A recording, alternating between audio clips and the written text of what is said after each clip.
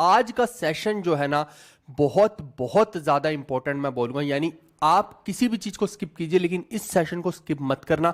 उसका कारण बता देता हूं कि पिछले 4 से 5 साल में क्या हो रहा है कि यहां से बहुत ज्यादा क्वेश्चन धड़ल्ले से एग्जामिनर पूछ रहा है। और ये सिर्फ एसएससी की बात नहीं है, ये हर एग्जाम में, कोई भी वनडे एग्जाम हो, चाहे रेलवे को उठा लीजिए, चाहे एसएससी को उठा लीजिए, या कोई स्टेट के एग्जाम को उठा लीजिए, इस टॉपिक से क्वेश्चन 100% है कि आना ही आना है। ये शायद बहुत ज्यादा फेवरेट टॉपिक एग्जामिनर का बन चुका है। और यहां पे हम तमाम वो सारे सवाल भी डिस्कस कर लेंगे। और जितने भी सोशल रिफॉर्मर हुए हैं इनके बहुत सारे लोग के बारे में आपको पता भी है, जैसे स्वामी विवेकानंद जी हो गए, राजा राम मोहन रॉय हो गए, देवेंद्रनाथ टैगोर हो गए। तो बहुत सारे लोग के बारे में आपको पता भी होगा, लेकिन उन्होंने क्या क्या चीजें कब कब की हैं और उनका क्या क्रोनोलॉजी है वो सारी हमें पता होनी चाहिए। क्योंकि यहां से सवाल किसी भी डायरेक्शन में जा सकता है। वो मैच द फॉलोइंग में भी पूछ सकता है आपसे, वो टफ हो जाएगा, या फिर वो स्टेटमेंट वाले क्वेश्चन भी यहां से पूछ सकता है, अगेन वो भी टफ हो जाएंगे, है ना। तो हम ऐसे सवाल भी देख लेंगे कि किस टाइप के स्टेटमेंट के क्वेश्चन वो पूछ सकता है। तो इसीलिए मैंने बोला कि ये जो है ना टॉपिक, ये अपने आप में बहुत इंपॉर्टेंट है। सामाजिक और धार्मिक सुधारों के अंदर जो चीजें हुई हैं हमारे समाज में, जैसे सती प्रथा होगी, विडो रिमैरिज होगी, बहुत सारे ऐसी जो कुरीतियां थी जिनको खत्म करने के ऊपर बहुत सारे लोगों ने फोकस किया है, ठीक है भाई। और ऐसे ही आप देखिए कि अगर इंग्लिश वाले बच्चे हैं तो वो इसको सोशल रिलीजियस रिफॉर्म्स बोलेंगे। अब जितने भी लोग इसको देख रहे हैं, ये आपसे रिक्वेस्ट है कि इसको शेयर कर दो तुरंत, अभी के अभी, क्योंकि बहुत इंपॉर्टेंट टॉपिक है, इसको कोई भी बच्चा स्किप नहीं कर सकता है। तो चलिए शुरू करते हैं आज के टॉपिक को। अगर आपको इसकी पीडीएफ चाहिए होगी तो ये जीवी कक्षा एप्लीकेशन है, डिस्क्रिप्शन में ऐप का लिंक है, वहां जाइएगा, फ्री कोर्स के अंदर जाना, वहां पे एसएससी सीजीएल पे क्लिक करना, उसके बाद एसएससी 2025 हनुमान सीरीज पे क्लिक करना। नाम से कंफ्यूज मत होना, ये रेलवे और एसएससी दोनों के लिए सीरीज बनाई गई है। तो ये हनुमान सीरीज जो है ये मोस्ट परफेक्ट, आप बोलेंगे एकदम टू द पॉइंट, जो है जितनी भी चीजें जरूरी है वो सारी इसके अंदर कवर है। 99.99% चीजें आपकी यहां से कवर हो जाएंगी, एग्जाम में कुछ भी छूटेगा नहीं, ठीक है भाई। तो इसको फॉलो कर लेना। यहाँ बहुत सारी लेटेस्ट के माइंड मैप वाले जो पीडीएफ है वो मैंने डलवा दिए हैं। चलिए भगवान राम और हनुमान जी का नाम लेके हम स्टार्ट करते हैं आज के अपने सेशन को। अगर किसी बच्चे को पेड कोर्स चाहिए है तो अभी बहुत बड़ा ऑफर इसमें चल रहा है, जिसके साथ साथ आपको टेस्ट पास भी मिल जाएगा और हमारा पेड कोर्स भी मिल जाएगा। वीडियोस, पीडीएफ, मॉक टेस्ट, 7000 से ज्यादा एमसीक्यू, स्टैटिक, करंट अफेयर्स, हर चीज यहां पे अवेलेबल हो जाएगी। तो ये आप यूज कर सकते हैं अपनी पढ़ाई के लिए। अगर आप पेड वाले कंटेंट में जाना चाहते हैं, यूज द कोड बसंत, जिससे कि आपको बहुत बड़ा डिस्काउंट मिल जाएगा, ठीक है। कहां से लेना है? जीवी कक्षा एप्लीकेशन से लेना है, डिस्क्रिप्शन में लिंक है। आइए आज के अपने इस सेशन को शुरू करते हैं। आ जाओ फटाफट से। राम राम भाई, सारे न राम राम के हालचाल तारे सारे के हैं। तो भाई आज दे बालक तो खेल देखने लाग रहे हैं। मैं नू बोल रहा हूं भी भाई तारे जिंदगी का खेल ना बन जाए, कितने पढ़ाई कर लिया करो, है। सारा दिन क्रिकेट मैच देखते रहते हैं, सारा दिन यही काम है कि खेल देखना है। असली गेम इस चीज में है कि जब तुम खेलो और लोग देखें, ना कि तुम दूसरों को देखो और बाबा यार कोहली ने मार दिए, हो इसने मार दिए, ये सब में कुछ ना रखा। तुम बनो उस काबिल, तब मजा है। आप देखिए कि सबसे इंपॉर्टेंट जो है, इनसे क्वेश्चन हर बार पेपर में आता है, आप छोड़ ही नहीं सकते। अच्छा, कुछ कंट्रोवर्सीज भी आज होने वाली है आज के सेशन में। जब हम एंडिंग की तरफ पढ़ेंगे, दयानंद सरस्वती तक पहुंचेंगे, तो हम पाएंगे कि बहुत सारी कंट्रोवर्सीज भी आपको देखने को मिलेगी। तो वो आपको मजा आता है ऐसी चीजों में, तो मैंने डाल भी दिया है ना। तो चलिए कोई बात नहीं। राजा राम मोहन रॉय का जो टाइम है 1772 से 1833 के बीच का है। अच्छा, नोट्स मत बनाना, ये सारा का सारा कंटेंट आपको इस वाली किताब के अंदर मिल जाएगा, ठीक है। इंग्लिश वाला वर्जन अभी के लिए तो फिलहाल खत्म है, लेकिन हिंदी वाले बच्चे इसको ले सकते हैं। इसका और इसका, ये साइंस की होगी, ये हमारी जीके की होगी, बंडल ही आता है इसका, ठीक है। तो इसमें सब कुछ मैंने मेंशन कर रखा है समाज सुधारकों के बारे में, एक एक पॉइंट उनका। और यहाँ पे जो है मैंने मेजर मोस्ट इंपॉर्टेंट पॉइंट डाले हैं जो फ्रीक्वेंट एग्जाम में आते हैं, ठीक है। तो आपको जो एक्स्ट्रा भी पढ़ना होगा तो किताब से पढ़ लेना। चलिए, तो 1828 में ये जो बहुत बड़ा इंपॉर्टेंट इनका काम, जिससे हमेशा क्वेश्चन आता है, ये बनाते हैं ब्रह्मो सभा। लोगों को लगता है कि ब्रह्मो समाज बनाया है ना, लेकिन आप देखो कि सबसे पहले उस ब्रह्मो समाज का नाम ब्रह्मो समाज नहीं था, ब्रह्मो सभा था। बाद में उसका नाम जो है ब्रह्मो समाज किया गया है। और ये किसकी हेल्प से इसका नाम ब्रह्मो समाज किया गया और क्या क्या इसके अंदर इनोवेशंस होंगी, क्या क्या चीजें होंगी, उसके लिए हेल्प किसकी ली थी? तो इन्होंने द्वारकानाथ टैगोर की ली थी। अब आप बोलेंगे ये कौन आ गए, है ना। चलो, रविंद्रनाथ सुना था, देवेंद्रनाथ भी सुना होगा, हो सकता है अबिंद्रनाथ भी सुना हो, है, शर्मिला टैगोर भी सुना हो, वो भी टैगोर फैमिली से ही है, जी हाँ, है ना। तो आप देखो कि ये कौन है। सबसे पहले थे द्वारकानाथ टैगोर, उनके बेटे हुए देवेंद्रनाथ टैगोर, उनके बेटे हुए रविंद्रनाथ टैगोर। तो डीडीआर, ठीक है। तो जो रैम होती है ना, रैम DDR3, ऐसे आप समझ लीजिए। तो DDR से आप इनको याद रख सकते हैं। बिल्कुल बिल्कुल मजा आएगा, ठीक है। तो द्वारकानाथ उनके बेटे देवेंद्रनाथ और उनके बेटे जो है रविंद्रनाथ। ठीक है, तो ये आपको डीडीआर से याद रखना है। तो यानी कि द्वारकानाथ टैगोर के कंटेम्परेरी कौन है, राजा राम मोहन रॉय हैं, ये आपको ध्यान रखना है इसके अंदर। फिर आप देखो कि राजा राम मोहन रॉय को राजा का टाइटल कब मिलता है, कौन देता है, तो title was given by Akbar second. ठीक है, जो मुगल एम्परर अकबर सेकंड है उसके द्वारा दिया गया, ये आप ध्यान रखिएगा। इसके अलावा आप देखिए, क्योंकि आप देखो कि जब हम आगे चल के देखेंगे, ये देखो इसका मतलब 1828 की बात हो रही है लगभग, है ना। तो उस टाइम पे अकबर सेकंड भी है, फिर बहादुर शाह जफर तो आखिरी ही होने वाला है। तो बहादुर शाह जफर के बाद तो कोई भी मुगल राजा नहीं बनता है ना। तो ये बात जो हो रही है बहादुर शाह जफर से भी पहले की हो रही है। आप ये समझना है इस चीज़ को। मैं थोड़ा थोड़ा आपको जो चीज़ें हैं, गवर्नर जनरल कौन थे कंटेम्प्रेरी, या बहादुर शाह जफर किसके कंटेम्प्रेरी हैं, है ना, ये सब चीज़ें हम डिस्कस करते जाएंगे। हालांकि गवर्नर जनरल के सेशन में भी मैंने बताया था कि कौन कौन से समाज सुधारक किस किस गवर्नर जनरल के टाइम में हमने बात कर रखी है, ऐसा नहीं कि उसमें बात नहीं कर रखी है। ठीक है, फिर आप देखिए कि इस टाइम पे अगर मैं बोलूं तो बेंटिक जो है, विलियम बेंटिक जो है इस टाइम पे गवर्नर जनरल इनके कंटेम्परेरी है, जो सती प्रथा को खत्म करने में हेल्प करेगा इनकी। ठीक है, तो ये आप ध्यान रखना। इनको जो है फादर ऑफ इंडियन रिनाइसेंस बोला जाता है, या फिर कहें कि अगर मॉडर्न भारत का एक तरह से पुनर्जागरण करने की बात करें, है ना, कि फादर ऑफ मॉडर्न इंडिया भी बोला जाए तो वो इन्हीं को बोला जाएगा। इन्होंने जितनी भी कुरीतियां थी समाज से, उनको खत्म करने की कोशिश की। आप देखो कुछ लोग भारत को आजाद करवाना चाहते थे, लेकिन हम आज के सेशन में जो देखेंगे ना, मैक्सिमम हम देखेंगे कि ये जितनी भी रिफॉर्म मूवमेंट जितनी भी स्टार्ट होंगी ना, बंगाल से ही स्टार्ट होंगे। आप सोचेंगे बंगाल से क्यों स्टार्ट होंगी, सारी की सारी मैक्सिमम आपको बंगाल से दिखेंगी। ठीक है, तो बंगाल से स्टार्ट होने का कारण यह कि ब्रिटिशर्स ने सबसे पहले बंगाल ही ऑक्यूपाई किया। जब उन्होंने ऑक्यूपाई किया तो भैया वहां पे आप समझो कि वेस्टर्न कल्चर हिट हुआ, और वेस्टर्न कल्चर हिट होने से जो समझ उन लोगों की थी वही समझ यहां बंगालियों को जल्दी आई है, क्योंकि कई सौ साल तक तो पहले बंगाल को ही उन्होंने अपनी कैपिटल बना के रखा है। तो यहां से बंगालियों के अंदर जो है दिमाग उनका जो है तेज घूमने लग गया इस चक्कर में, है ना, अंग्रेजों को देख देख के कि अच्छा भैया ये ऐसा कर रहे हैं, भाई जैसा रंग वैसा संग वाली बात हो जाती है, नहीं जैसा संग वैसा रंग वाली बात हो जाती है ना।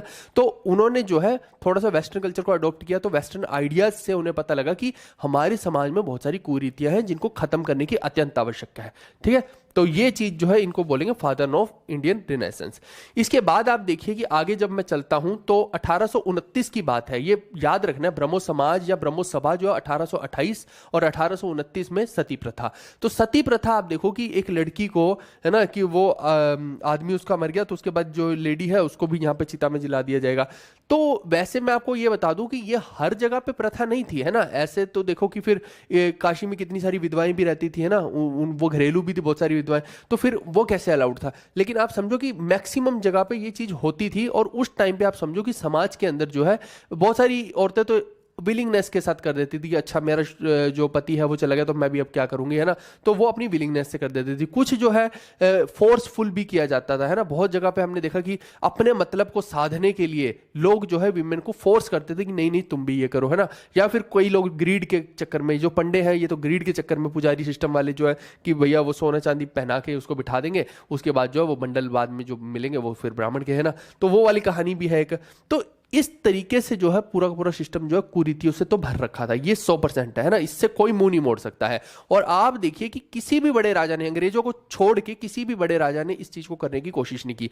इवन राजा राम मोहन रॉय जब कोशिश कर रहे हैं तो यहां पे हम देखेंगे आगे चल के कि कुछ महंत जो है ना, या फिर कहें कि कुछ जो वैदिक लोग हैं वो राजा राम मोहन रॉय को रोकने की कोशिश करेंगे, विरोध करने की कोशिश करेंगे। बताओ, अब ये बड़ा अजीब सी परिस्थिति है, आप क्या कर सकते हैं ना। हालांकि राजा राम मोहन रॉय ने वेदों की अथॉरिटी पे चैलेंज मारा है। आप देखो सिर्फ राजा राम मोहन रॉय ऐसे नहीं है, अगर थोड़ा पीछे चलेंगे तो सिख इतिहास वाले गुरु नानक देव जी हो गए, जैनियों में आप देखेंगे कि आपका महावीर स्वामी हो गए, और बुद्ध में जो है गौतम बुद्ध हो गए। इन सब ने भी वैदिक अथॉरिटी के ऊपर चैलेंज मारा है। वो हम पढ़ के आ रहे हैं एंशिएंट हिस्ट्री में। क्यों मारा है? ऐसी ऐसी चीजें देख के, जो लोगों का शोषण हो रहा है, एक्सप्लॉयटेशन हो रहा है, उन चीजों को देख के ही उन्होंने बोला कि हम वेदों की अथॉरिटी को नहीं मानते हैं, है ना। कि अगर कोई धर्म इस तरीके की चीजें कह रहा करने को, तो हम नहीं मान सकते उस चीज को। तो यही कारण था, है ना। हालांकि समाज का सुधार जो है उसी टाइम से चल रहा है, लेकिन आप समझो कि जो लोग हिंदू सेक्शन में, प्योर हिंदू सेक्शन में है, या सनातनी सेक्शन जिसको मैं कह रहा हूं, वहां पे सुधार नहीं हो रहा है ना। जो उसको छोड़ के दूसरे सेक्ट में चले गए,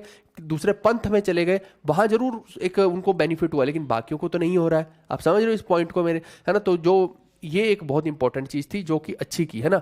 तो बेंटिक उस टाइम पे थे, बेंटिक की हेल्प से ये काम किया गया है और अंग्रेजों ने बिल्कुल नहीं सुनी है ना, कोई विरोध कर रहा करने दो। ये बहुत अच्छी चीज हुई कि अंग्रेज के टाइम में ही ये चीज हो गई। अगर हमारे ही राजा रजवाड़ों को बोलते तो मुश्किल था, क्योंकि प्रजा यूजुअली जो है ना वो विरोध करने लग जाती है, या फिर प्रजा के जो वो होते हैं ना, उन्होंने आगे जबरदस्ती जो लोगों को हेड बना रखा है, प्रीस्ट बना रखा है, वो लोग विरोध करना शुरू कर देंगे। तो यहां भी राजा राम मोहन रॉय को बहुत झेलना पड़ा, ऐसी बात नहीं है, ठीक है। दूसरी बात, he purified Hinduism and preached monotheism. इन्होंने क्या बोला कि भैया आप हिंदुइज्म को जो है प्यूरिफाई कीजिए, आप ये मत कीजिए कि जो जो आप चीजें कह रहे हो गलत चीजों को वहां से बाहर निकाल दो तो धर्म शुद्ध हो जाएगा, जो कि एक गुड थिंग है, कोई बैड थिंग तो मुझे इस चीज में नहीं लगी। इसीलिए इन्होंने ब्रह्मो समाज की स्थापना की। साथ में इन्होंने बोला कि आपने इतने सारे भगवान बना दिए, 33,000 पता नहीं 33 करोड़ देवी देवता, कितना चीजें कर दी है ना, तो आप ये मत करो, आप केवल एक भगवान की पूजा करो और उसको नाम दिया गया ईश्वर, है ना। एक ईश्वरवाद को जो है इन्होंने बढ़ावा दिया, मोनोथिज्म को बढ़ावा दिया था, ठीक है। तो ये आपको ध्यान रखना, मोनोथिज्म, कोई पूछ ले तो मोनोथिज्म के बिलीवर थे ये आप बोलेंगे। बोल रहे मॉडर्न हिस्ट्री को पेड में भी, पेड वाला गुरु देख तो लो, पेड वाले में तो बहुत कुछ अपडेट कर रखा है, बहुत कुछ है उसमें, तो आप पढ़िए उसको, पेड वाले को आपने खोल के ही नहीं देखा, उसमें सब चीजें बहुत डिटेल में मैंने कवर कर रखी हैं। इसके बाद देखो 1809 के टाइम में एक और चीज होती है कि राजा राम मोहन रॉय जो है किताब लिखते हैं, कई बार किताबों के ऊपर भी क्वेश्चन आ सकता है। तो किताब कौन सी थी? तुहफत उल मुवाहिदीन। तुहफत उल मुवाहिदीन का मतलब है कि गिफ्ट टू मोनोथीस, ठीक है। ये जो है इन्होंने पर्शियन में लिखी थी, to denounce the belief of many gods. मैंने वही बोला कि मोनोथिज्म का सहारा इन्होंने लिया है अपनी पूरी की पूरी फिलोसफी में। इनकी आइडियोलॉजी जो है मोनोथिज्म यानी एक ईश्वरवाद पे टिकी हुई है। तो इन्होंने पर्शियन भाषा में इसको लिखा है, बहुत पढ़े लिखे विद्वान हैं। तो ऑब्वियस सी बात है कि ये जो है एक तरह से मोनोथिज्म को ही बढ़ावा दे रहे हैं और मल्टीपल गॉड्स की जो एग्जिस्टेंस है उसको खत्म कर रहे हैं, जो कि मुझे अपने आप में, मेरे को भी ऐसा ही लगता है कि ईश्वर तो एक ही होगा, नीचे इनकारनेशंस हो सकते हैं लेकिन ईश्वर एक ही है। मेरे को खुद भी ऐसा ही पर्सनली लगता है। तो ये शायद सही ही बोल रहे हैं इस हिसाब से अगर देखा जाए तो।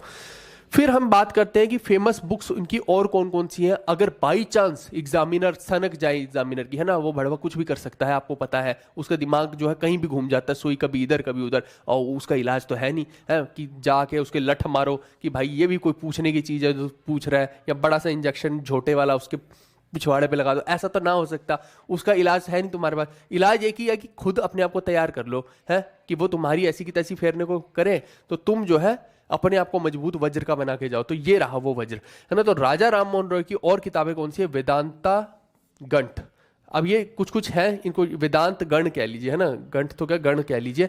फिर कीनोपनिषद, कीनोपनिषद हो गया। फिर ईशोपनिषद, इसके अलावा कठोपनिषद, फिर मुंडक उपनिषद। ये मतलब बहुत सारी इन्होंने लिखी हैं, इनको आप पढ़ लेना एक बारी, कुछ भी नहीं है। फिर universal religion, history of Indian philosophy, Gaudiya Vyakaran. तो ये आपके हाथ में, आप उसको पूरा पढ़ना चाहे पढ़ सकते हैं। इनमें से कोई किताब आ सकती है, जैसे एंशिएंट बुक्स हम बोलते हैं, तो एंशिएंट बुक्स किसी फेमस व्यक्ति की ही पूछी जाएंगी। तो ये फेमस व्यक्ति है तो इनकी पूछी जा सकती है। इन्हीं तो ब्रह्मो समाज या सती प्रथा का तो लगभग हर पेपर में आता ही है, अगर ये पढ़ सकते हो तो पढ़ लेना। फिर आप देखिए कि आत्मीय सभा की बात करते हैं तो Atmiya Sabha was also known as forerunner of the Brahmo Samaj, यानी कि आत्मीय सभा जो है एक तरह से इसका अग्रदूत, यानी कि सबसे पहले आत्मीय सभा बनी, फिर उसने ही इस चीज को पुश दिया है ब्रह्मो समाज को, आप ये कह सकते हैं। अब ये ध्यान रखना कि यही ब्रह्मो समाज को जो है आगे लेकर कौन जा रहे हैं? देवेंद्रनाथ टैगोर हो गए, है ना, या फिर केशव सेन हो गए। तो आगे चल के यही ब्रह्मो समाज दो भागों में भी बटेगा, ठीक है, जो कि लाजमी भी है, हमेशा ऐसा होता ही आया है। तो ये आप ध्यान रखना कि ब्रह्मो समाज का हम आगे तक बात करने वाले हैं। राजा राम मोहन रॉय ने वेदांत कॉलेज भी बनाया था, ये भी आप ध्यान रखेंगे। कब बनाया था? 1825 में बनाया था। सीधा पूछा जा सकता है पेपर में, इवन कभी पूछा भी गया होगा मेरे को लग रहा है, तो ध्यान रखिएगा। अब जैसा कि मैंने बोला कि हमारे ही यहाँ के रिलीजन के हिंदू लोगों जो हैं वो, उनमें से एक है राधाकांत देव। अब आप देखियो कि ये व्यक्ति ने बहुत ज्यादा अपोजिशन किसको दिया है? राजा राम मोहन रॉय को, कि जो भी आइडियोलॉजी राजा राम मोहन रॉय बोल रहे हैं ना, क्योंकि आप समझना इस चीज को कि सिर्फ यही नहीं है, इवन मैंने बोला ना महर्षि दयानंद जो है उनको भी, वो भी कटाक्ष करेंगे बहुत सारे लोग के बारे में, वो तो गुरु नानक देव के ऊपर ही कटाक्ष कर देंगे, है ना। तो ये कोई नई चीज नहीं है, आप समझना इस चीज को। एक्चुअली में क्या है कि जिसने भी वैदिक थ्योरी को चैलेंज किया, है ना, तो फिर जो वैदिक वाले हैं वो उनको बुरा भला बोल रहे हैं, सीधी सी बात ये है ना। हालांकि ऐसा कहीं पे मेंशन्ड नहीं है कि वेद ही सबसे सुप्रीम है, और या फिर भगवान ने ऊपर से नीचे उतर के लिख दिया। ये सब ठीक है, कहानी में या माइथोलॉजी में अच्छी लगती है बातें, लेकिन रियलिटी कहाँ पे मेल खाती है, ये कहाँ मेंशन्ड है, ये किसी को नहीं पता है, ठीक है। तो आप सीधा ये नहीं बोल सकते कि नहीं नहीं कि वेद में जो लिखा है वही सही है, जबकि मैंने आपको वैदिक कल्चर जब पढ़ाया तो वैदिक में तो बहुत सारी इंप्योरिटीज हमें देखने को मिल रही है, वहाँ तो बलि प्रथा है ना, जादू टोने, बहुत सारी चीजें उन्होंने भर दी हैं। अब आप बोलेंगे कि नहीं वो तो बाद में लिखेगी, तो अगर बाद में वेद लिखे गए हैं तो फिर इसका मतलब है कि वेदों में बहुत सारी जो चीजें हैं उसको हम सही कैसे मान ले। लॉजिकल अगर आप सोचेंगे है ना, अब पार्शियल होकर मत सोचना, लॉजिकल सेंस से सोचना, तो आपको चीजें समझ में आ जाएंगी। फिर वहीं पे ऋग्वेद तो जो है वो इंद्र भगवान को सबसे बड़ा मान रहा है, जबकि वहीं पे लेटर वैदिक काल में तो शिव और विष्णु सबसे बड़े हो गए हैं। तो वही चीज है कि ये कंट्रोवर्शियल चीजें हैं थोड़ी सी, अब आपकी समझ है कि आप कितना उस चीज को बढ़ावा देते हैं, कितना नहीं देते हैं। और फिर सती प्रथा हो गया, या फिर जो विधवा औरतें हैं उनके ऊपर अत्याचार हो गया, तो बहुत सारी इश्यूज हैं यहाँ पे सोसाइटी के अंदर है ना, जो धीरे धीरे धीरे धीरे पुजारी ने कहीं ना कहीं उनको इतना बड़ा रूप दे दिया अपने मतलब के लिए, स्वार्थ के लिए। तो वो एक चीजें जो है रिफाइन करनी बहुत जरूरी थी, जबकि यहां पे आप देखिए कि वैदिक कल्चर के जो लोग हैं उनको ये मंजूर नहीं था, जिनमें से एक है राधाकांत देव। तो उन्होंने बहुत स्ट्रॉन्ग ऑपोजिशन जो है राजा राम मोहन रॉय को दिया है, सीधा सीधा आपको दिख रहा है, ठीक है।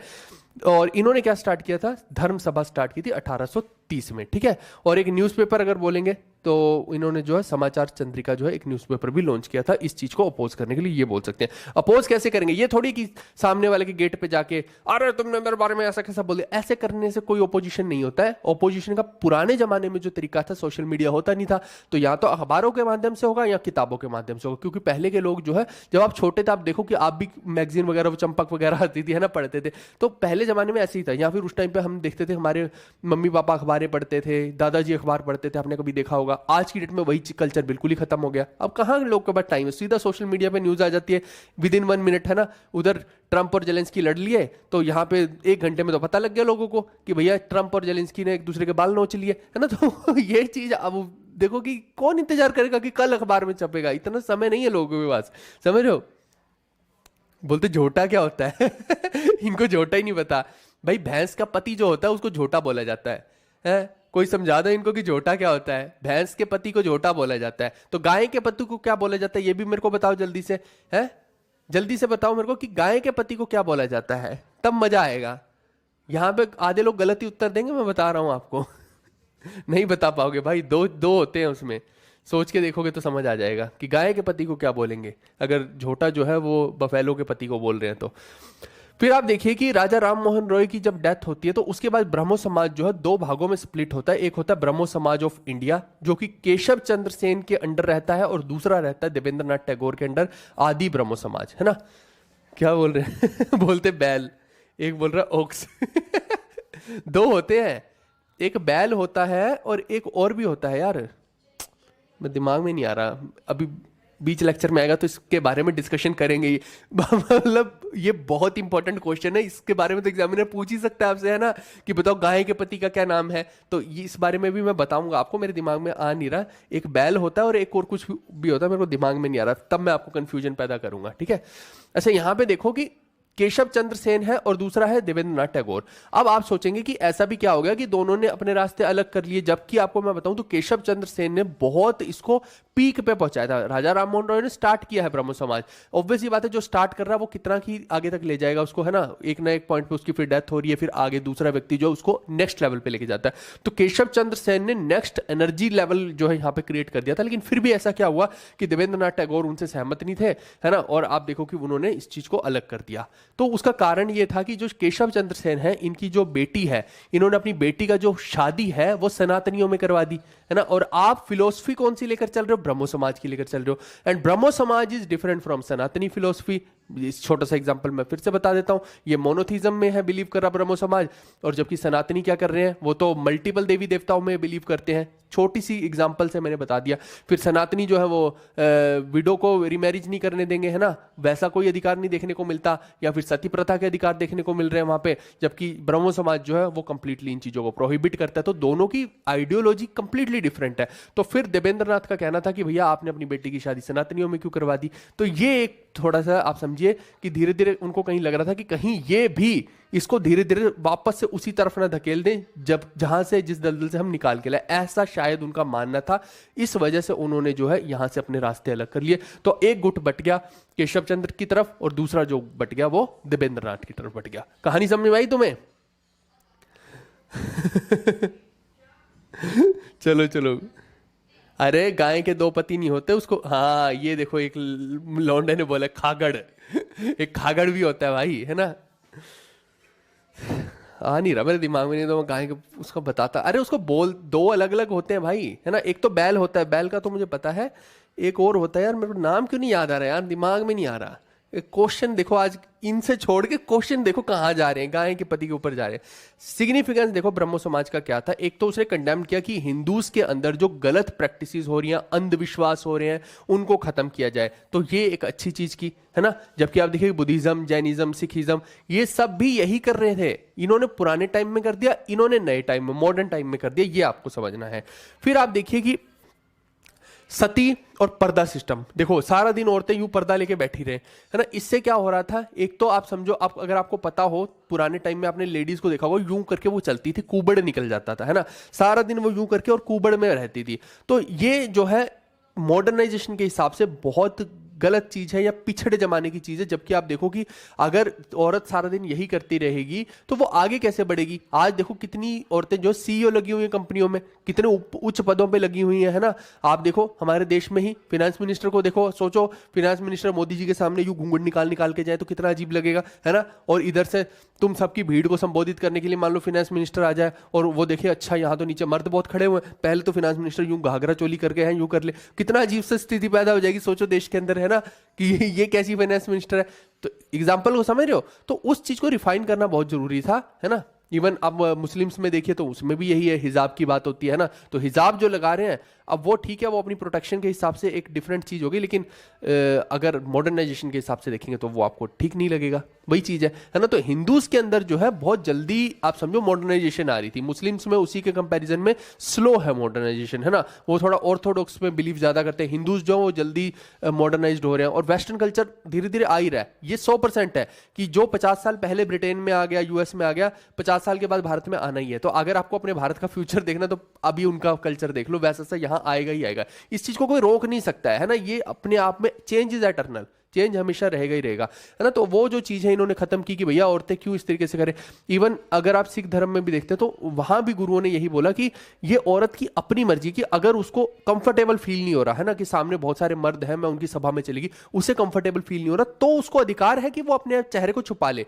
दैट इज कि उसको कंफर्टेबल नहीं फील हो रहा, लेकिन सिर्फ इस वजह से कि नहीं नहीं ये हम मर्दों के बीच में आ गई है इसलिए इसको चेहरे को छुपाना है, इसको लाज लज्जा नहीं है, ये नहीं है वो, तो वो दैट इज नॉनसेंस। कहानी समझ रहे हो, ठीक है। तो ये इन्होंने खत्म किया। इसके सबसे अगला जो है कास्टिज्म। आप देखो कि ब्रह्मो समाज जो है कंप्लीटली वैनिश करता है कास्टिज्म को, वो बिलीव ही नहीं करता। वो बोलता है कि जब सब बराबर हैं तो कास्टिज्म की बात ही कहां से आती है, तो वो कास्टिज्म में बिलीव नहीं करता है। फिर अनटचेबिलिटी की बातें उस टाइम पे बहुत ही आप देखिए, है ना, कि किसी भी दलित ने इस चीज को कुएं से पानी भर लिया अगर किसी दलित ने, तो ये कुआं ही अशुद्ध हो गया, इसको तो इसका पानी आप पी ही नहीं सकते। तो इस तरीके की चीजें तो थी या ना, कि या फिर उसने कहीं आपकी किसी वस्तु को हाथ लगा दिया है तो फिर जो है वो अनटचेबल हो जाएगी। सोचो कि अगर कोई दलित मान लो किसी की बीवी को गलती से हाथ लगा दे किसी धन्ना सेठ की, तो क्या होगा। मैं तो ये सोच के हैरान हूं, है ना। वो तो बीवी को घर से बाहर निकाल देगा कि you are untouchable, get out from my house, ऐसा हाल हो जाएगा। ठीक है ना, सही कहा ना। बिल्कुल बिल्कुल ऐसे ही है। ये पर्दा हटा दो, पर्दे में रहने दो। मौज ले रहे हो तुम, मौज ले रहे हो, जैसे मर्जी ले लो मौज, है ना, वही वाली बात है। एक सेकंड रुकना, एक सेकंड बस।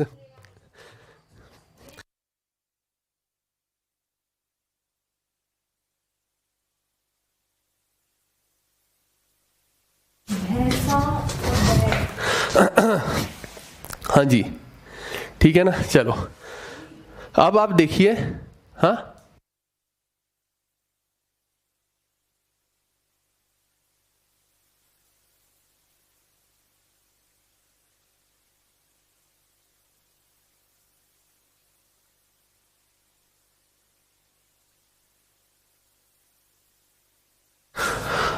ठीक है, अब आगे देखिए आप, द्वारकानाथ टैगोर जो है वो किसके बेटे हैं? ओ सॉरी, द्वारकानाथ कह रहा हूँ। द्वारकानाथ टैगोर जो है वो फादर है देवेंद्रनाथ टैगोर के, और मैंने पहले ही बता दिया देवेंद्रनाथ टैगोर जो है वो किसके फादर है? वो रविंद्रनाथ टैगोर के। DDR से आपको याद रखना है, तो ये वही लिखा हुआ है। फिर आप देखिए कि 1839 में ये क्या स्टार्ट करते हैं? तत्वा रंजनी सभा स्टार्ट करते हैं, ठीक है, ये ध्यान रखना तत्वा रंजनी है, लेकिन इसी का बाद में नाम जो दिया गया वो तत्वा बोधिनी दिया गया है ना। तो तत्वा बोधिनी आपने सुना होगा, तो तत्वा बोधिनी वो पहले नहीं था, पहले तत्वा रंजनी था। याद आ रही है? ये असली तरीका जीके को बढ़िया पढ़ाने का, ऐसे ही होता है भाई, मजे से पढ़ो। आवाज आ रही है एक बारी बता देना, ठीक है। ही लेटर गॉट एसोसिएटेड विद ब्रह्मो समाज, ये मैंने पहले भी बताया कि बाद में वो ब्रह्मो समाज से जुड़ गए थे, और वो जुड़ना तय भी था क्योंकि उनके फादर भी कहीं ना कहीं जुड़े हुए हैं, तो उनका भी जुड़ना तय था, ठीक है। He supported window remarriage, women's education, abolition of polygamy. आप देखो कि इन्होंने जो है इन 3-4 चीजों पर बहुत ज्यादा बढ़ावा दिया है। आप समझना कि क्या है। आप देखो, मैंने बोला उस टाइम पे समाज के अंदर ये बड़ी दिक्कत थी कि विडोज को दोबारा शादी करने का अधिकार नहीं था। अब सोचो कि किसी लेडी की शादी हुई, 1 साल में मान लो उसका पति लुढ़क गया, तो अब क्या वो सारी उम्र विधवा बन के रहेगी? सोचने वाली बात है। उस टाइम पे तो वैसे ही इतना बाल विवाह वगैरह हो रहे थे ना। अब आप सोच लो, चलो बाल विवाह को भी मैं छोड़ देता हूँ कि 20-21 साल की लड़की है तो उसके पति की अगर डेथ होती है तो पहली बात तो उसको सती कर दिया जाता था। चलो सती नहीं किया जा रहा है ना, छोड़ दिया गया उस चीज के लिए, तो फिर आगे क्या वो सारा का सारा जीवन अपना विडो बन के गुजारेगी? जबकि आप समझो इस चीज को, थोड़ा कॉमन सेंस लगाओगे, उसके पास तो पूरी लाइफ पड़ी हुई है ना। तो वो एक जो चीज है ना, और सोचोगे वो बोल भी नहीं सकती कि मेरी दोबारा शादी कर दो। अगर उसने बोल दिया तो सोचो क्या होगा उस सोसाइटी में। उसको पहले तो घसीट घसीट के मारा जाएगा कि तुम्हारे को आज ज्यादा भरी पड़ी हो, तुम अंदर कान पे लगाऊंगा। तो सोचो ऐसी सोसाइटी तो थी, तो वो चीज भी पॉसिबल नहीं है। हालांकि ऐसा नहीं है कि विडो रीमैरिज होती नहीं थी उस टाइम पे, होती थी, बट बहुत ही रेयर केस में आपको ये देखने को मिलेगी, ठीक है। तो ये एक दोगलापन आपको देख रहा है ना, कुछ कुछ जगह पे हो रही है, कुछ पे नहीं हो रही है ना। तो वो डिपेंड करता है कि सामने वाला परिवार कैसा है, उसके ऊपर डिपेंड कर रही है ये चीज। फिर दूसरा आप देखो कि विमेन को एजुकेशन तो नाम मात्र की ही दी गई है।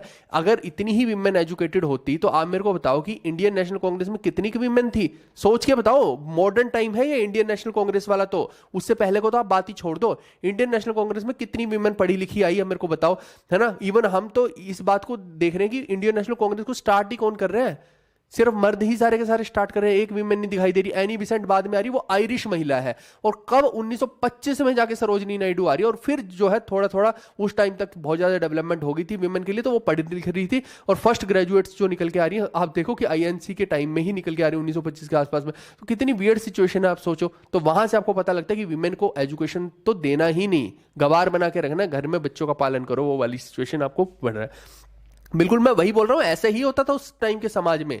ये मैं आप आज के हिसाब से मत सोचो, उस हिसाब से सोचोगे तो पुराने समाज के हिसाब से तो आपको समझ में आ जाएगी बात। फिर आप देखो कि एबोलिशन ऑफ पॉलीगैमी। अच्छा, जो ये पॉलीगैमी का कंसेप्ट सबसे ज्यादा चला, मैं उसका भी कारण बता देता हूं कि क्यों पॉलीगैमी का कंसेप्ट चला था।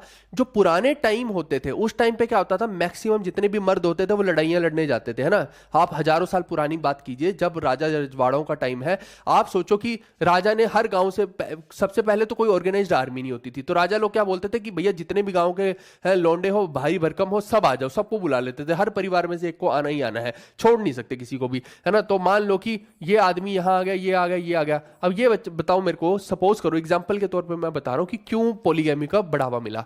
आप मेरे को बताओ कि जब ये सारे के सारे आदमी युद्ध पे गए, तो क्या अगर मान लो 100 आदमी युद्ध पे गए, तो क्या 100 के 100 वापस आएंगे? सोच के बताना मेरे को, क्या 100 के 100 वापस आएंगे? नहीं आने वाले, ये तो 100% है। लेकिन आप पीछे से देखो कि इन 100 आदमियों की 100 औरतें तो है, 100 वीमेन तो है। मैं एग्जाम्पल बता रहा हूं। मैं अब कुछ लोग बोलेंगे नहीं नहीं सर कुछ कुवारे भी होंगे। अरे एग्जाम्पल को समझ लो, कुवारे होंगे 10, ठीक है, 90 मैं बोल देता हूं, 90 की तो है बीवियां यहाँ है। तो अब आप मेरे को बताओ, चलो तुम्हारे कुवारे वाले के भी ले लेते हैं कि 90 कुवारे थे और सॉरी 90 वो थे और 10 कुवारे थे, ठीक है, 10 कुवारे हो गए और 90 जो है शादीशुदा हो गए। अब मेरे को बताओ कि पीछे से 90 औरतें तो हैं कम से कम जो शादीशुदा है। अब मान लो कि इन 90 की हो जाती है डेथ, केवल ये 10 कुवारे बचते हैं। एग्जाम्पल के लिए बता रहा हूं। अब ये वापस से अपने गांव में आते हैं, ये देखते हैं कि भैया यहां तो बिल्कुल ही सब सफेद साड़ियों में लाइन लग गई है।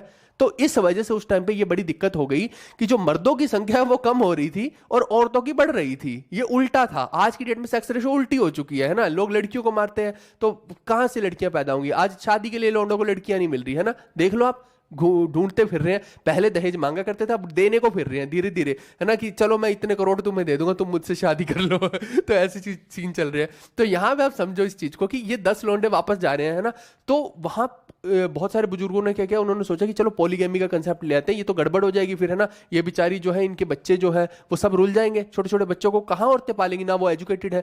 तो क्या होता था, इनका जो है विवाह कुछ कुछ एक्स्ट्रा एक्स्ट्रा औरतों से कर दिया, ऐसे आप समझ लीजिए। तो एक ही आदमी की 4-5 औरतें हैं, ऐसा आप समझ सकते हैं। ये एक मैं कंसेप्ट बता रहा हूं कि क्या स्ट्रक्चर था उस टाइम पे। लेकिन धीरे धीरे अब देखो कि आज की डेट में कितने के युद्ध होते हैं, मेरे को बताओ। आज की डेट में तो कोई ऐसा युद्ध नहीं होता। ऊपर से सेक्स रेशो पूरी की पूरी बिगड़ गई, यहां लोगों को एक नहीं मिल रही, तो 4 कहां से मिलेंगे, है ना। हालांकि आप देखिए कि मुस्लिम समाज में तो 4 तो नॉर्मल ही है।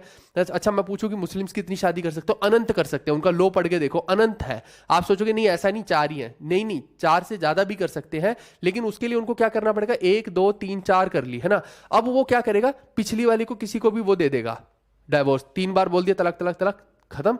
अब अगली लेके आ सकता है, फिर उससे पिछली वाली को दे दे, फिर एक लेगी, ऐसे करके अनंत कर सकता है। उनके लॉ में ये है, शरीयत कानून में, है ना। तो हर किसी का अपना अपना कानून है यहाँ पे, ये समझना है। तो ये जो पॉलीगैमी का कंसेप्ट है, इसको खत्म करने की इन्होंने कोशिश की कि भैया आज की डेट में मॉडर्न वर्ल्ड में इसका कोई सेंस नहीं बैठता, तो इसलिए इसको खत्म करते हैं, ठीक है।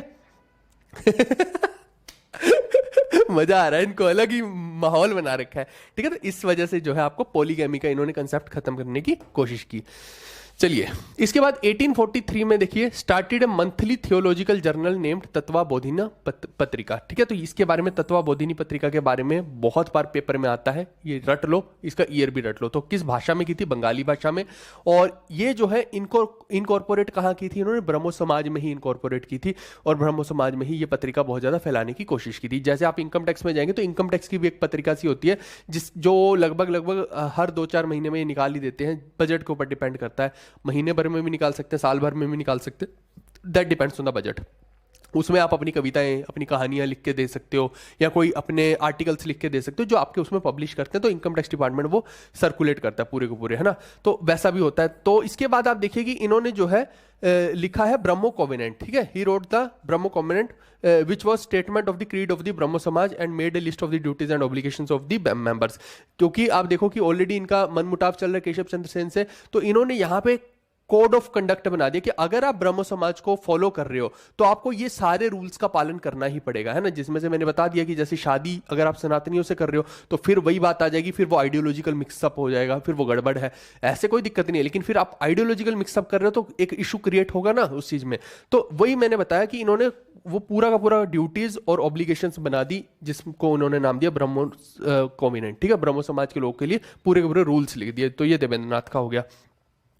इसके बाद 1848 में he founded Brahmo religion which is called today Brahmoism, ठीक है। तो ये आप ध्यान रखना, इसमें कुछ अब बताने वाली बात नहीं है। अच्छा, शांति निकेतन का मैं बता देता हूं कि आप लोगों को मैं बताऊं कि जो द्वारकानाथ टैगोर थे ये लैंडलॉर्ड थे भैया, बहुत बड़ी बड़ी जमीनें जायदादें थी इनके पास, है ना। तभी तो आप देखो ना कि इनके बच्चे के बच्चे भी आगे चल चल के जो है इतना पॉलिटिक्स में भी इन्वॉल्व हो रहे हैं, इतने बड़े बड़े राइटर्स भी बन रहे हैं। रविंद्रनाथ टैगोर को देखिए, है ना। तो इतने बड़े बड़े ओहदों पर इसीलिए पहुंच पा रहे हैं क्योंकि बैकग्राउंड स्ट्रांग है कहीं ना कहीं, ये आपको समझना है, ठीक है। कहते पहले पॉलीगैमी से एलिमनी मिलती है, आजकल मिलती है भाई, पहले ना मिलती थी। पहले कहाँ मिलती थी यार एलिमनी? कैसी बातें करते हो यार, मतलब अलग ही लेवल चला रखा है इन्होंने, है कि एक के बाद एक। वो मेरे को लगता है कौन से का हुआ है, शायद युजवेंद्र चहल का हुआ है क्या, 60 करोड़ वाला शायद, इसीलिए इनके दिमाग में वही चल रहा है ना। बच के रहना रे बाबा, बच के रहना। चलो, शांति निकेतन का जो बात है भाई, लोगों को कंफ्यूजन होती है, और इवन मैंने देखा कई एग्जाम्स के अंदर जो है एग्जामिनर को भी शर्म नहीं आती कि कम से कम सही उत्तर तो मार्क करवाए वो बच्चे से। वो रविंद्रनाथ टैगोर देता है ऑप्शन में, तो भाई इसका उत्तर रविंद्रनाथ टैगोर नहीं होगा। शांति निकेतन जो है वो उनके फादर जो है देवेंद्र नाथ टैगोर, उन्होंने बनाया है सबसे पहले। आप समझना इस चीज को, है ना, कि एक एरिया बना दिया, वहां स्कूल बना दिया, है ना। फिर उसका जो विस्तार है वो रविंद्रनाथ टैगोर ने किया है, और जो विश्व भारती यूनिवर्सिटी वहां पे बनती है ना, तो वो रविंद्रनाथ टैगोर ने उसका विस्तार किया, आप वो बोलेंगे, ठीक है। इस चीज को ध्यान रखिएगा। और यही जो है जगह, यहां पे इन्होंने क्या बोला था, स्वदेशी एजुकेशन को बढ़ावा देने की कोशिश की थी, ये आप ध्यान रखना। चलिए, ठीक है। तो देवेंद्रनाथ टैगोर आएगा 1863 में ही, ये शांति निकेतन बना चुके हैं। जो मैंने अपनी किताब में भी सही लिखा है, बहुत सारी किताबों में भी गलत लिखा है। अब क्या कर सकते हैं, किसके सर खाए हैं ना जाके कि साहब आपने तो गलत लिखा है। वो बोलेंगे हम तो कमर्शियल हैं भाई, हैं हमारी तो लाखों किताबें जो पहली मार्केट में घूम रही है, हम नहीं ठीक कर सकते, अभी क्या कर लोगे किसका। तो वही वाली चीज है। फिर 1869 में देखो, ही कंपाइल्ड ए टेक्स्ट कॉल्ड ब्रह्मोधर्मा। तो 1869 में इन्होंने एक पूरा का पूरा टेक्स्ट लिखा है या बुक लिखी है जिसको ब्रह्मोधर्मा का नाम दिया गया, ये आपको ध्यान रखना है। चलिए अब मैं केशव चंद्र सेन के बारे में भी बता देता हूं, क्योंकि वो भी इसी समाज से जुड़े हुए, ब्रह्मो समाज से जुड़े हुए हैं, तो उनके बारे में भी बात कर लेते हैं। 1838 से 1884 का टाइम है, और सबसे ज्यादा अगर इन्होंने पूरा का पूरा पुश करने की कोशिश की है तो ब्रह्मो समाज को, तो वो केशव चंद्र सेन ने ही की है। इसके अलावा इनको जो आचार्य बनाया था ब्रह्मो समाज का, वो किसने बनाया था, तो देवेंद्रनाथ टैगोर ने ही इनको बनाया था। वो अलग बात है कि बाद में दोनों के बीच में कॉन्फ्लिक्ट आते हैं और फिर यहां से दो टुकड़े हो जाते हैं, वो आपको समझना है।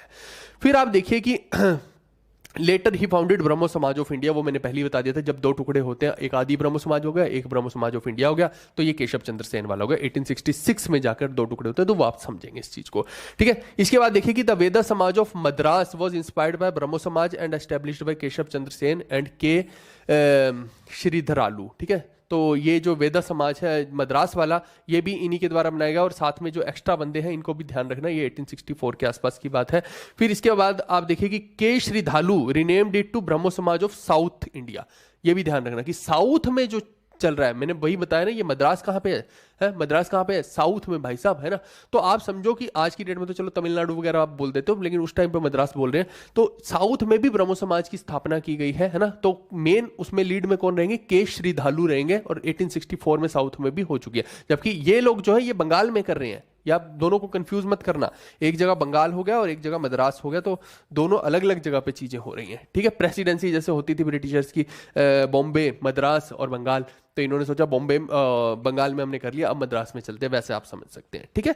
और बाकी इन्होंने क्या किया है, वीमेन को एजुकेशन देने के ऊपर बहुत फोकस किया, उनकी विडो रीमैरिज के ऊपर बहुत ज्यादा फोकस किया, वो सारा तो मैंने बता दिया। वीमेन का सुधार तो इन्होंने बहुत ज्यादा किया है, ये एक बहुत बढ़िया चीज की है, जिसका आज हमें फल भी देखने को मिलता है। मैंने पहले ही बताया कि वीमेन का आज देखिए ओहदा कहां से कहां तक पहुंचा हुआ है, तो यहीं से बंगाल से ही ये पुनर्जागरण सारे का सारा शुरू हुआ, और वो हमने देखा भी है ना। तो बंगाल का जो है भारत के अंदर रिफाइनमेंट के अगर देखा जाए है ना, कि जो कचरा है उसको साफ करके अच्छाई को आगे लेकर आने का बहुत बड़ा योगदान है बंगाल का, ठीक है। फिर आप बात करेंगे सर सैयद अहमद खां की, जो कि 1817 से 1898 के बीच का इनका टाइम है।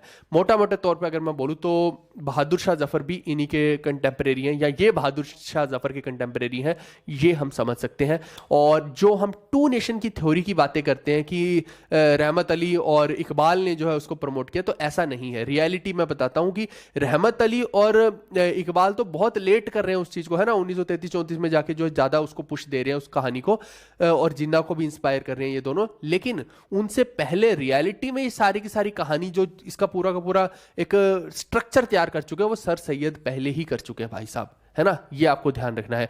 और मैं बताता हूं मजेदार चीजें आपको, सन 57 की जो क्रांति होती है, अच्छा ये जो है ये अंग्रेजों के साथ जो है बहुत ज्यादा इन्होंने वर्क किया। अंग्रेजों ने इनको स्टार का ऑर्डर ऑफ स्टार करके एक खिताब भी दिया है इनको, तो उसकी भी कहानी आपको बताता हूं। एक्चुअली में उससे पहले क्या, सन 57 की जो क्रांति होती है, जो सन 57 की क्रांति है, आप समझना उसके अंदर देखो जो आर्मीज लड़ रही हैं, दो, एक राजा रजवाड़े की होगी, एक ब्रिटिश की होगी, वो एक अलग चीज होगी, है ना। वहां तो लोगों का खून बहेगा, लेकिन यहां पे बहुत सारे जो मुस्लिम्स हैं, आपको पता है जैसे बख्त खान साहब हो गए, है ना, वो तो बहादुर शाह जफर की टीम से लड़ रहे हैं, तो बहुत सारे मुस्लिम्स भी यहाँ पे लड़ रहे हैं, सिर्फ हिंदू तो है नहीं है, ये भी हमें समझ है ना। और यहाँ पे आप देखिए कि बहुत सारे जैसे अलग अलग जगह से भी मुस्लिम्स वहां पे लड़ रहे हैं। तो कुल मिला के बात यह है कि वहां पे हमने देखा कि जो उनके बच्चे हैं अंग्रेजों के, अब अंग्रेज जो है अपने बच्चों के साथ, अपनी बीवियों के साथ भी रह रहे हैं, तो बहुत जगह पे ऐसे केसेस सन 57 की क्रांति के अंदर हमें देखने को मिले, जिसमें अंग्रेजों की बीवियों और बच्चों को जिंदा जिंदा जलाया गया भाई, उठा उठा के। बट अब यहां पे देखो कि जो हिंदू फिलोसफर्स है ना, या हिंदू राजा रजवाड़े हैं, वो इस चीज के खिलाफ थे। स्पेशली आप देखिए कि नाना साहेब जो है, जिनका हम बोलते हैं ना वो आखिरी पेशवा बोलते हैं, लेकिन अंग्रेजों ने उनकी बात ही नहीं सुनी थी नाना साहेब की, और उनको आखिरी पेशवा मानने से भी मना कर दिया, पेंशन देने से भी मना कर दिया। वो तो चलो नहीं उस चीज को हैंडल कर पा रहे, वो सब चीजें, वो उनकी कमियां हैं जो पेशवाओं की, वो सब तो एक अलग चीज हो गया। लेकिन अगर आइडियोलॉजिकली एक आइडियल इंसान के तौर पे देखा जाए तो पेशवाज ने, जो नाना साहेब हैं इवन, उन्होंने जो है अंग्रेजों की औरतें जो है इनकी हेल्प की और उनके बच्चों की हेल्प की, और सेफली उनको जो है ब्रिटिशर्स जनरल के पास जो है पहुंचाया गया है। उन्होंने कहीं भी उनको कत्ल करने की कोशिश नहीं की है, ये एक अच्छी चीज उन्होंने जरूर की है। तो वहां से जो अंग्रेजों के दिमाग में मुस्लिम्स के लिए जो है एक टर्निंग पॉइंट आ रखा था, नफरत जो है ना बहुत ज्यादा बढ़ रखी थी। और आप देखिए कि उस नफरत को आप किस चीज में देख सकते हो, उसी नफरत को आप बहादुर शाह जफर अब आखिरी राजा बनेगा और उसके बच्चों को निकाल निकाल के गोलियों से उड़ाया गया है, वो नफरत आप हडसन के रूप में वहां पे देख सकते हो। उसी सबका जो है वो एक फल है, आप समझो इस चीज को। फिर बहादुर शाह जफर का भी क्या हाल किया गया है ना, अच्छा तुम बनोगे सबके राजा, इसको उठा के रंगून में फेंक दिया है ना। वहां पे देखिए बेचारा बहुत खस्ता हालों में, पूरे देश का महाराजा खस्ता हालों में वहां पे मर रहा है। तो कितने इनका जो है आप समझो कि शोषण फिर बाद में अंग्रेजों ने किया, क्योंकि इनकी क्रुएलिटी के चक्कर में, आप ये समझ लो है ना। युद्ध में जो लड़ाई हो रही है, लेकिन बाहर जो है आपको नॉर्मल जनता को हार्म नहीं करना चाहिए था, वो एक गड़बड़ इन्होंने कर दी, जिसके कारण जो है अंग्रेजों के दिमाग में जो है एक फितूर छा गया कि भैया मुस्लिम्स जो है दे आर वेरी क्रूअल है ना, इनको नहीं छोड़ना। तो उसको थोड़ा ठीक करने का काम कौन कर रहा है, सर सैयद अहमद खान कर रहे हैं। आप ऐसे इस कॉन्टेक्स्ट को समझ सकते हैं, ये मैंने थोड़ा सा कॉन्टेक्स्ट आपको बताया है, ठीक है। पढ़ लो भाई पढ़ लो, है ना। अब आप देखिए कि 1875 की बात है, मोहम्मदन एंग्लो ओरिएंटल कॉलेज कौन बनाता है, जिसको आज की डेट में आप अलीगढ़ मुस्लिम यूनिवर्सिटी के नाम से जानते हो। वो तो 1920 में नामकरण हुआ है, पहले 1875 में उसका नाम मोहम्मदन एंग्लो ओरिएंटल कॉलेज था। तो वो इन्होंने ही स्टार्ट किया है, और कहाँ पे है, उत्तर प्रदेश के अंदर है। और father of two nation theory अगर मैं बोलूंगा तो रियल में सर सैयद अहमद खान ने ही ये दो नेशन की थ्योरी को बढ़ावा दिया था, स्टार्ट इन्हीं से हुआ है, ठीक है। वो मैंने पहले ही आपको समझा दिया। इसके बाद, और उसका रूप कब देखने को मिला, 47 के अंदर, है ना। कब, डायरेक्ट एक्शन डे के बाद जो है इनकी जो थ्योरी थी उसका फल देखने को मिला है, बीज इन्होंने बोया है। चलो, he was conferred with the title of Jawad ud Daula, ठीक है। जवाद उद दौला का ये जो टाइटल इनको दिया जा रहा है, ये कौन दे रहा है, बहादुर शाह जफर दे रहा है ना, या बहादुर शाह 2 कह लो, बहादुर शाह जफर लिख लो या बहादुर शाह 2 कह लो। बहादुर शाह 1 तो मुअज्जम था, औरंगजेब का बेटा, है ना, वो तो बहुत पुराना हो गया। औरंगजेब का तो कब का टाइम है ना, शिवाजी महाराज वाले टाइम पे हो गया। तो लेकिन ये जो टाइम है ये तो बहुत आगे हम आ गए हैं, है ना, हिस्ट्री में। तो आपको कंफ्यूज नहीं करना, बहादुर शाह कई बार 1 लिखा आ जाता है पेपर में, कई बार 2, तो 2 को ही यहाँ पे मार्क करेंगे कि जवाद उद दौला का टाइटल बहादुर शाह 2 ने दिया था इनको। फिर इसके बाद देखिए कि ब्रिटिश गवर्नमेंट ने भी इनको एक टाइटल दिया, है ना, इनकी सर्विसेज के लिए। मैंने बोला ना, ब्रिटिश गवर्नमेंट के साथ मिलके इन्होंने बहुत सारी उनकी हेल्प की है, एक तरह से आप समझ लीजिए, है ना। मैं ज़्यादा नहीं घुसना चाहता उस चीज़ में, बट इसीलिए जो है ब्रिटिश गवर्नमेंट इनसे बहुत इंप्रेस थी, तो उन्होंने order of star of India दिया। कब दिया, 1869 में। सन 57 की क्रांति के बाद बहुत सारा दिक्कत हुआ मुस्लिम्स को, इन्होंने थोड़ा सा उस चीज़ को रिफाइनमेंट करने की कोशिश की है, तो इसलिए जो है इनको बाद में टाइटल्स भी दे रही है, यानी कि अच्छे रुतबे दे रही है।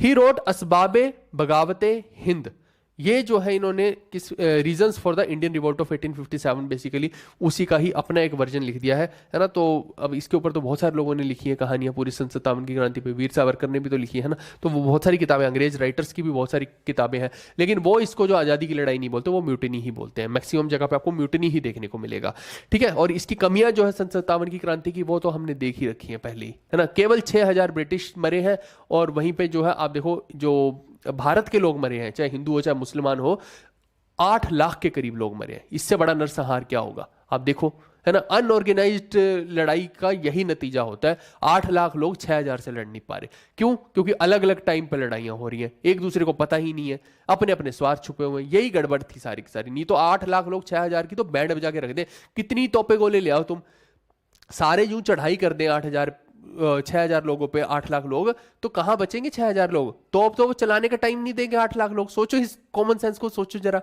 है ना। तो वही चीजें, सोचने वाली चीजें हैं। लेकिन ये कोई एक जगह पे युद्ध होता तो हार जाते अंग्रेज, 100% है ये चीज।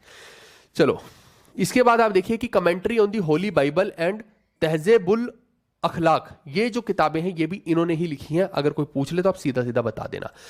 इसके बाद इनकी जो बायोग्राफी है उसका क्या नाम है, हयाते जावेद, ठीक है। अब ये इनके डेथ के बाद छपती है, ये आप ध्यान रखना। 1901 में पब्लिश हो रही है, जबकि इनकी डेथ 1898 में ही हो रही है।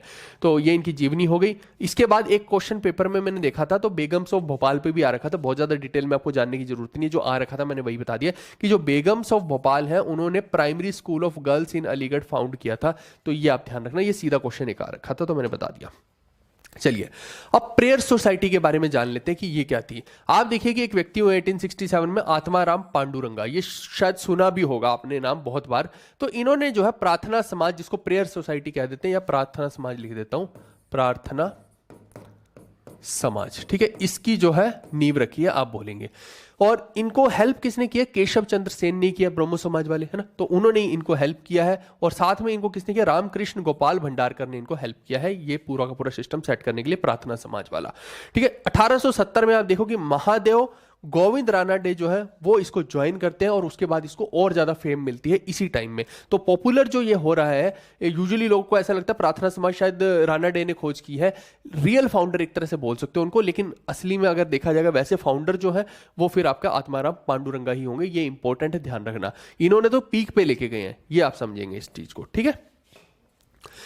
फिर इसके चार मेजर पॉइंट देख लेते हैं कि ये काम किस चीज पे कर रही थी। तो एक तो कास्ट सिस्टम को नहीं मानती थी, सीधा सीधा इन्होंने डिसअप्रूव कर दिया कि ये जो कास्ट वर्ण व्यवस्था या कास्ट सिस्टम है इसको हम नहीं मानेंगे, इसका कोई सेंस नहीं है, हम अपना इसके अंदर सभी इक्वल हैं। बात भी सही है, बढ़िया बात।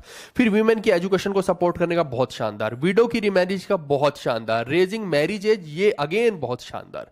अच्छा, इसकी क्या दलील दी जाती है कि किसी लड़की की जो शादी है वो छोटी उम्र में करवाने के लिए क्या दलील दी जाती है? आप किसी भी सनातनी से बात करेंगे इस चीज के लिए तो उनके पास अपने लॉजिक्स भी हैं। लॉजिक बताता हूं कैसे हैं। वो बोलते हैं कि एक लड़की है, मान लो कि वो 25 की हो गई है ना, या 21 की हो गई, अब उसकी अगर आप शादी करोगे तो वो जब नए परिवार में जाएगी यहाँ पे, तो यहाँ पे वो 25 की उम्र की हो चुकी है, तो इसके अंदर एक रिजिडिटी आ गई है ना, वो आएगी, वो रियल बात भी है, उसमें कोई दो राय नहीं है। तो वो क्या करेगी? वो इधर के कल्चर को तो नहीं सीख पाएगी, ये तो 100% है ना। वो तो आज की डेट में हम देखते भी हैं, बहुत जगह हमें देखने को मिल रहा है ना कि फीमेल उतना एडजस्ट नहीं कर पाती, सास बहू के झगड़े ही रहते हैं। तो दूसरी चीज में उनका कल्चर देखिए, वो क्या बोलते हैं? वो बोलते हैं कि यही अगर 12-13 की उम्र में ये आ जाती है यहाँ पे, तो यहाँ पे आप देखो कि ये एक तरह से एक डॉटर के रूप में आ जाती है ना, बच्ची है। तो बड़े बुजुर्ग जो होते हैं, अब देखो हो दोनों चीजें सकती हैं यहाँ भी, ऐसा नहीं है कि यहाँ पे सब अच्छा ही चलेगा, दोनों ही चीजें हो सकती हैं। अब देखो कि बड़े बुजुर्ग जो है इसको एक तरह से अपनी डॉटर की तरह पाल रहे हैं, तो यहाँ पे जो है इनका कल्चर सीखना इसके लिए ईजी है ना। जो जहां जिस परिवार में आपको रहना है उसके सारे तौर तरीके इन्होंने सीख लिए, तो क्योंकि फ्लेक्सिबल रहता है बच्चा जो होता है वो जल्दी चीजें सीखता है, वो उतना रिजिड नहीं होता। जितना इंसान बूढ़ा होता जाता है उतना ज्यादा रिजिडिटी बढ़ती जाती है, तो उसके लिए इजी है, तो वो इनके कल्चर में ढल गई। तो इससे क्या है कि फैमिली सिस्टम जो है वो ज्यादा स्ट्रांग होता है। लेकिन वहीं पे इसके साइड इफेक्ट भी है। जरूरी थोड़ी कि इसके जो यहाँ पे माँ बाप है वो इसको इस तरीके से ही पुचकार के रखे। उस टाइम पे तो दहेज प्रथा बहुत थी बात, वो भी तो कॉन्सेप्ट है। तो सोचो कि अगर दहेज नहीं मिला होगा तो फिर कितना पड़ताड़ी करेंगे, वो सोचो। और साथ में आप देखो कि अगर मैं एक मैरिज के बाद जो आप सोचो कि जो गर्ल्स का डिलीवरी होती है ना, तो वो भी तो एक एज है। अगर एक बच्ची ही एक बच्चे को पैदा कर देगी तो वो एक इशू क्रिएट हो जाएगा, है ना। अब लौंडा है, लौंडे से नहीं रहा जा रहा है ना, तो भाई हो गया जो होना था रात को। अब इस चक्कर में जो है बच्चा पैदा हो गया, तो एक छोटी लड़की 14-15 साल की लड़की, उसको बच्चा पैदा हो रहा है, तो वो क्या झेल पा रही है उस चीज को? नहीं कई बार झेल पाती थी, तो बहुत सारी इश्यूज भी क्रिएट हो जाते थे। तो ये भी एक इशू था। इसमें सब अच्छाई थी ये कहना उचित नहीं है, कुछ अच्छाइयां थी तो कुछ बुराइयां भी मैंने बता दी आपको साथ के साथ। अब आपको देख लो कि कौन सा कल्चर बढ़िया था, ठीक है, दोनों में से। तो मैंने वही बताया कि ये जो मॉडर्न कल्चर है वो इस चीज को प्रमोट कर रहा है कि एज को बढ़ा देना चाहिए, कोई सेंस नहीं बैठता है ना, कि इतनी बच्ची की शादी करने का क्या सेंस बैठता है। तो ये एक हमें नई चीज मिली, ठीक है। चलिए इसके बाद हम बात करते हैं यंग बंगाल मूवमेंट की। इसके फाउंडर कौन है? तो हेनरी लुई विवियन डोरजियो। ये जो है 1828 के अंदर ये यंग बंगाल मूवमेंट बना रहे हैं। और ये 1828 का ही टाइम जो है ब्रह्मो समाज वाला, ब्रह्मो सभा थी, इवन समाज नहीं बोलेंगे उसको, ब्रह्मो सभा बोलेंगे, 1828 की राजा राममोहन राय वाली, उसी टाइम पे ये भी बना रहे हैं, ठीक है। इसके बाद हेनरी लुई विवियन डोरजियो जो है ये कलकत्ता में जब आए थे तो आए थे 1826 में, और वहां पे ये हिंदू कॉलेज में ही एक टीचर के तौर पे नियुक्त हुए थे, और इंग्लिश लिटरेचर के टीचर थे, ठीक है, और हिस्ट्री के। तो ये 2 सब्जेक्ट वो वहां पे पढ़ाना शुरू कर दिए थे। मैंने वही कारण आपको बताया कि बंगालियों में इतनी रिनाइसेंस इसीलिए आ गई थी क्योंकि ब्रिटिश कल्चर की बहुत सारी चीजें वहां पे जल्दी आई हैं। इसी कारण से वहां पे इतनी ज्यादा रिनाइसेंस जल्दी आई, और मैक्सिमम मूवमेंट बंगाल से ही स्टार्ट हो रही है, वो आपको दिख भी रहा है। फिर इन्होंने जो है, आप देखो कि मैंने आपको ये भी समझाया था कि फ्रांस के अंदर भी रेवोल्यूशन हुए, रशिया के अंदर भी रेवोल्यूशन हुए। तो ये सब रेवोल्यूशन, बोल्शेविक पार्टी वाला मैंने बताया था, आप याद कीजिए, है ना।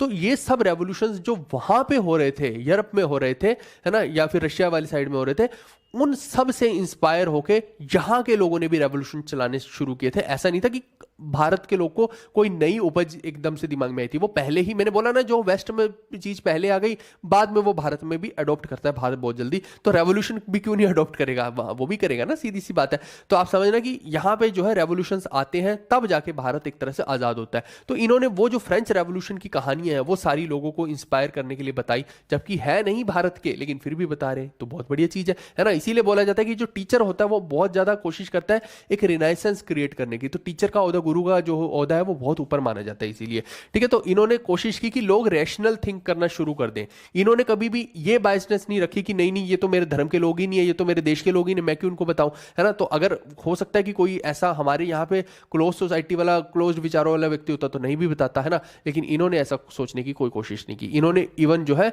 भारतीय लोगों को थोड़ा अपलिफ्ट करने की, रैशनल सोचने की जो है क्षमता बढ़ाई ही है, कोई गलत काम तो नहीं किया है, ठीक है। और जो फालतू के कस्टम और ट्रेडिशन थे उनको अपोज करने की कोशिश की है।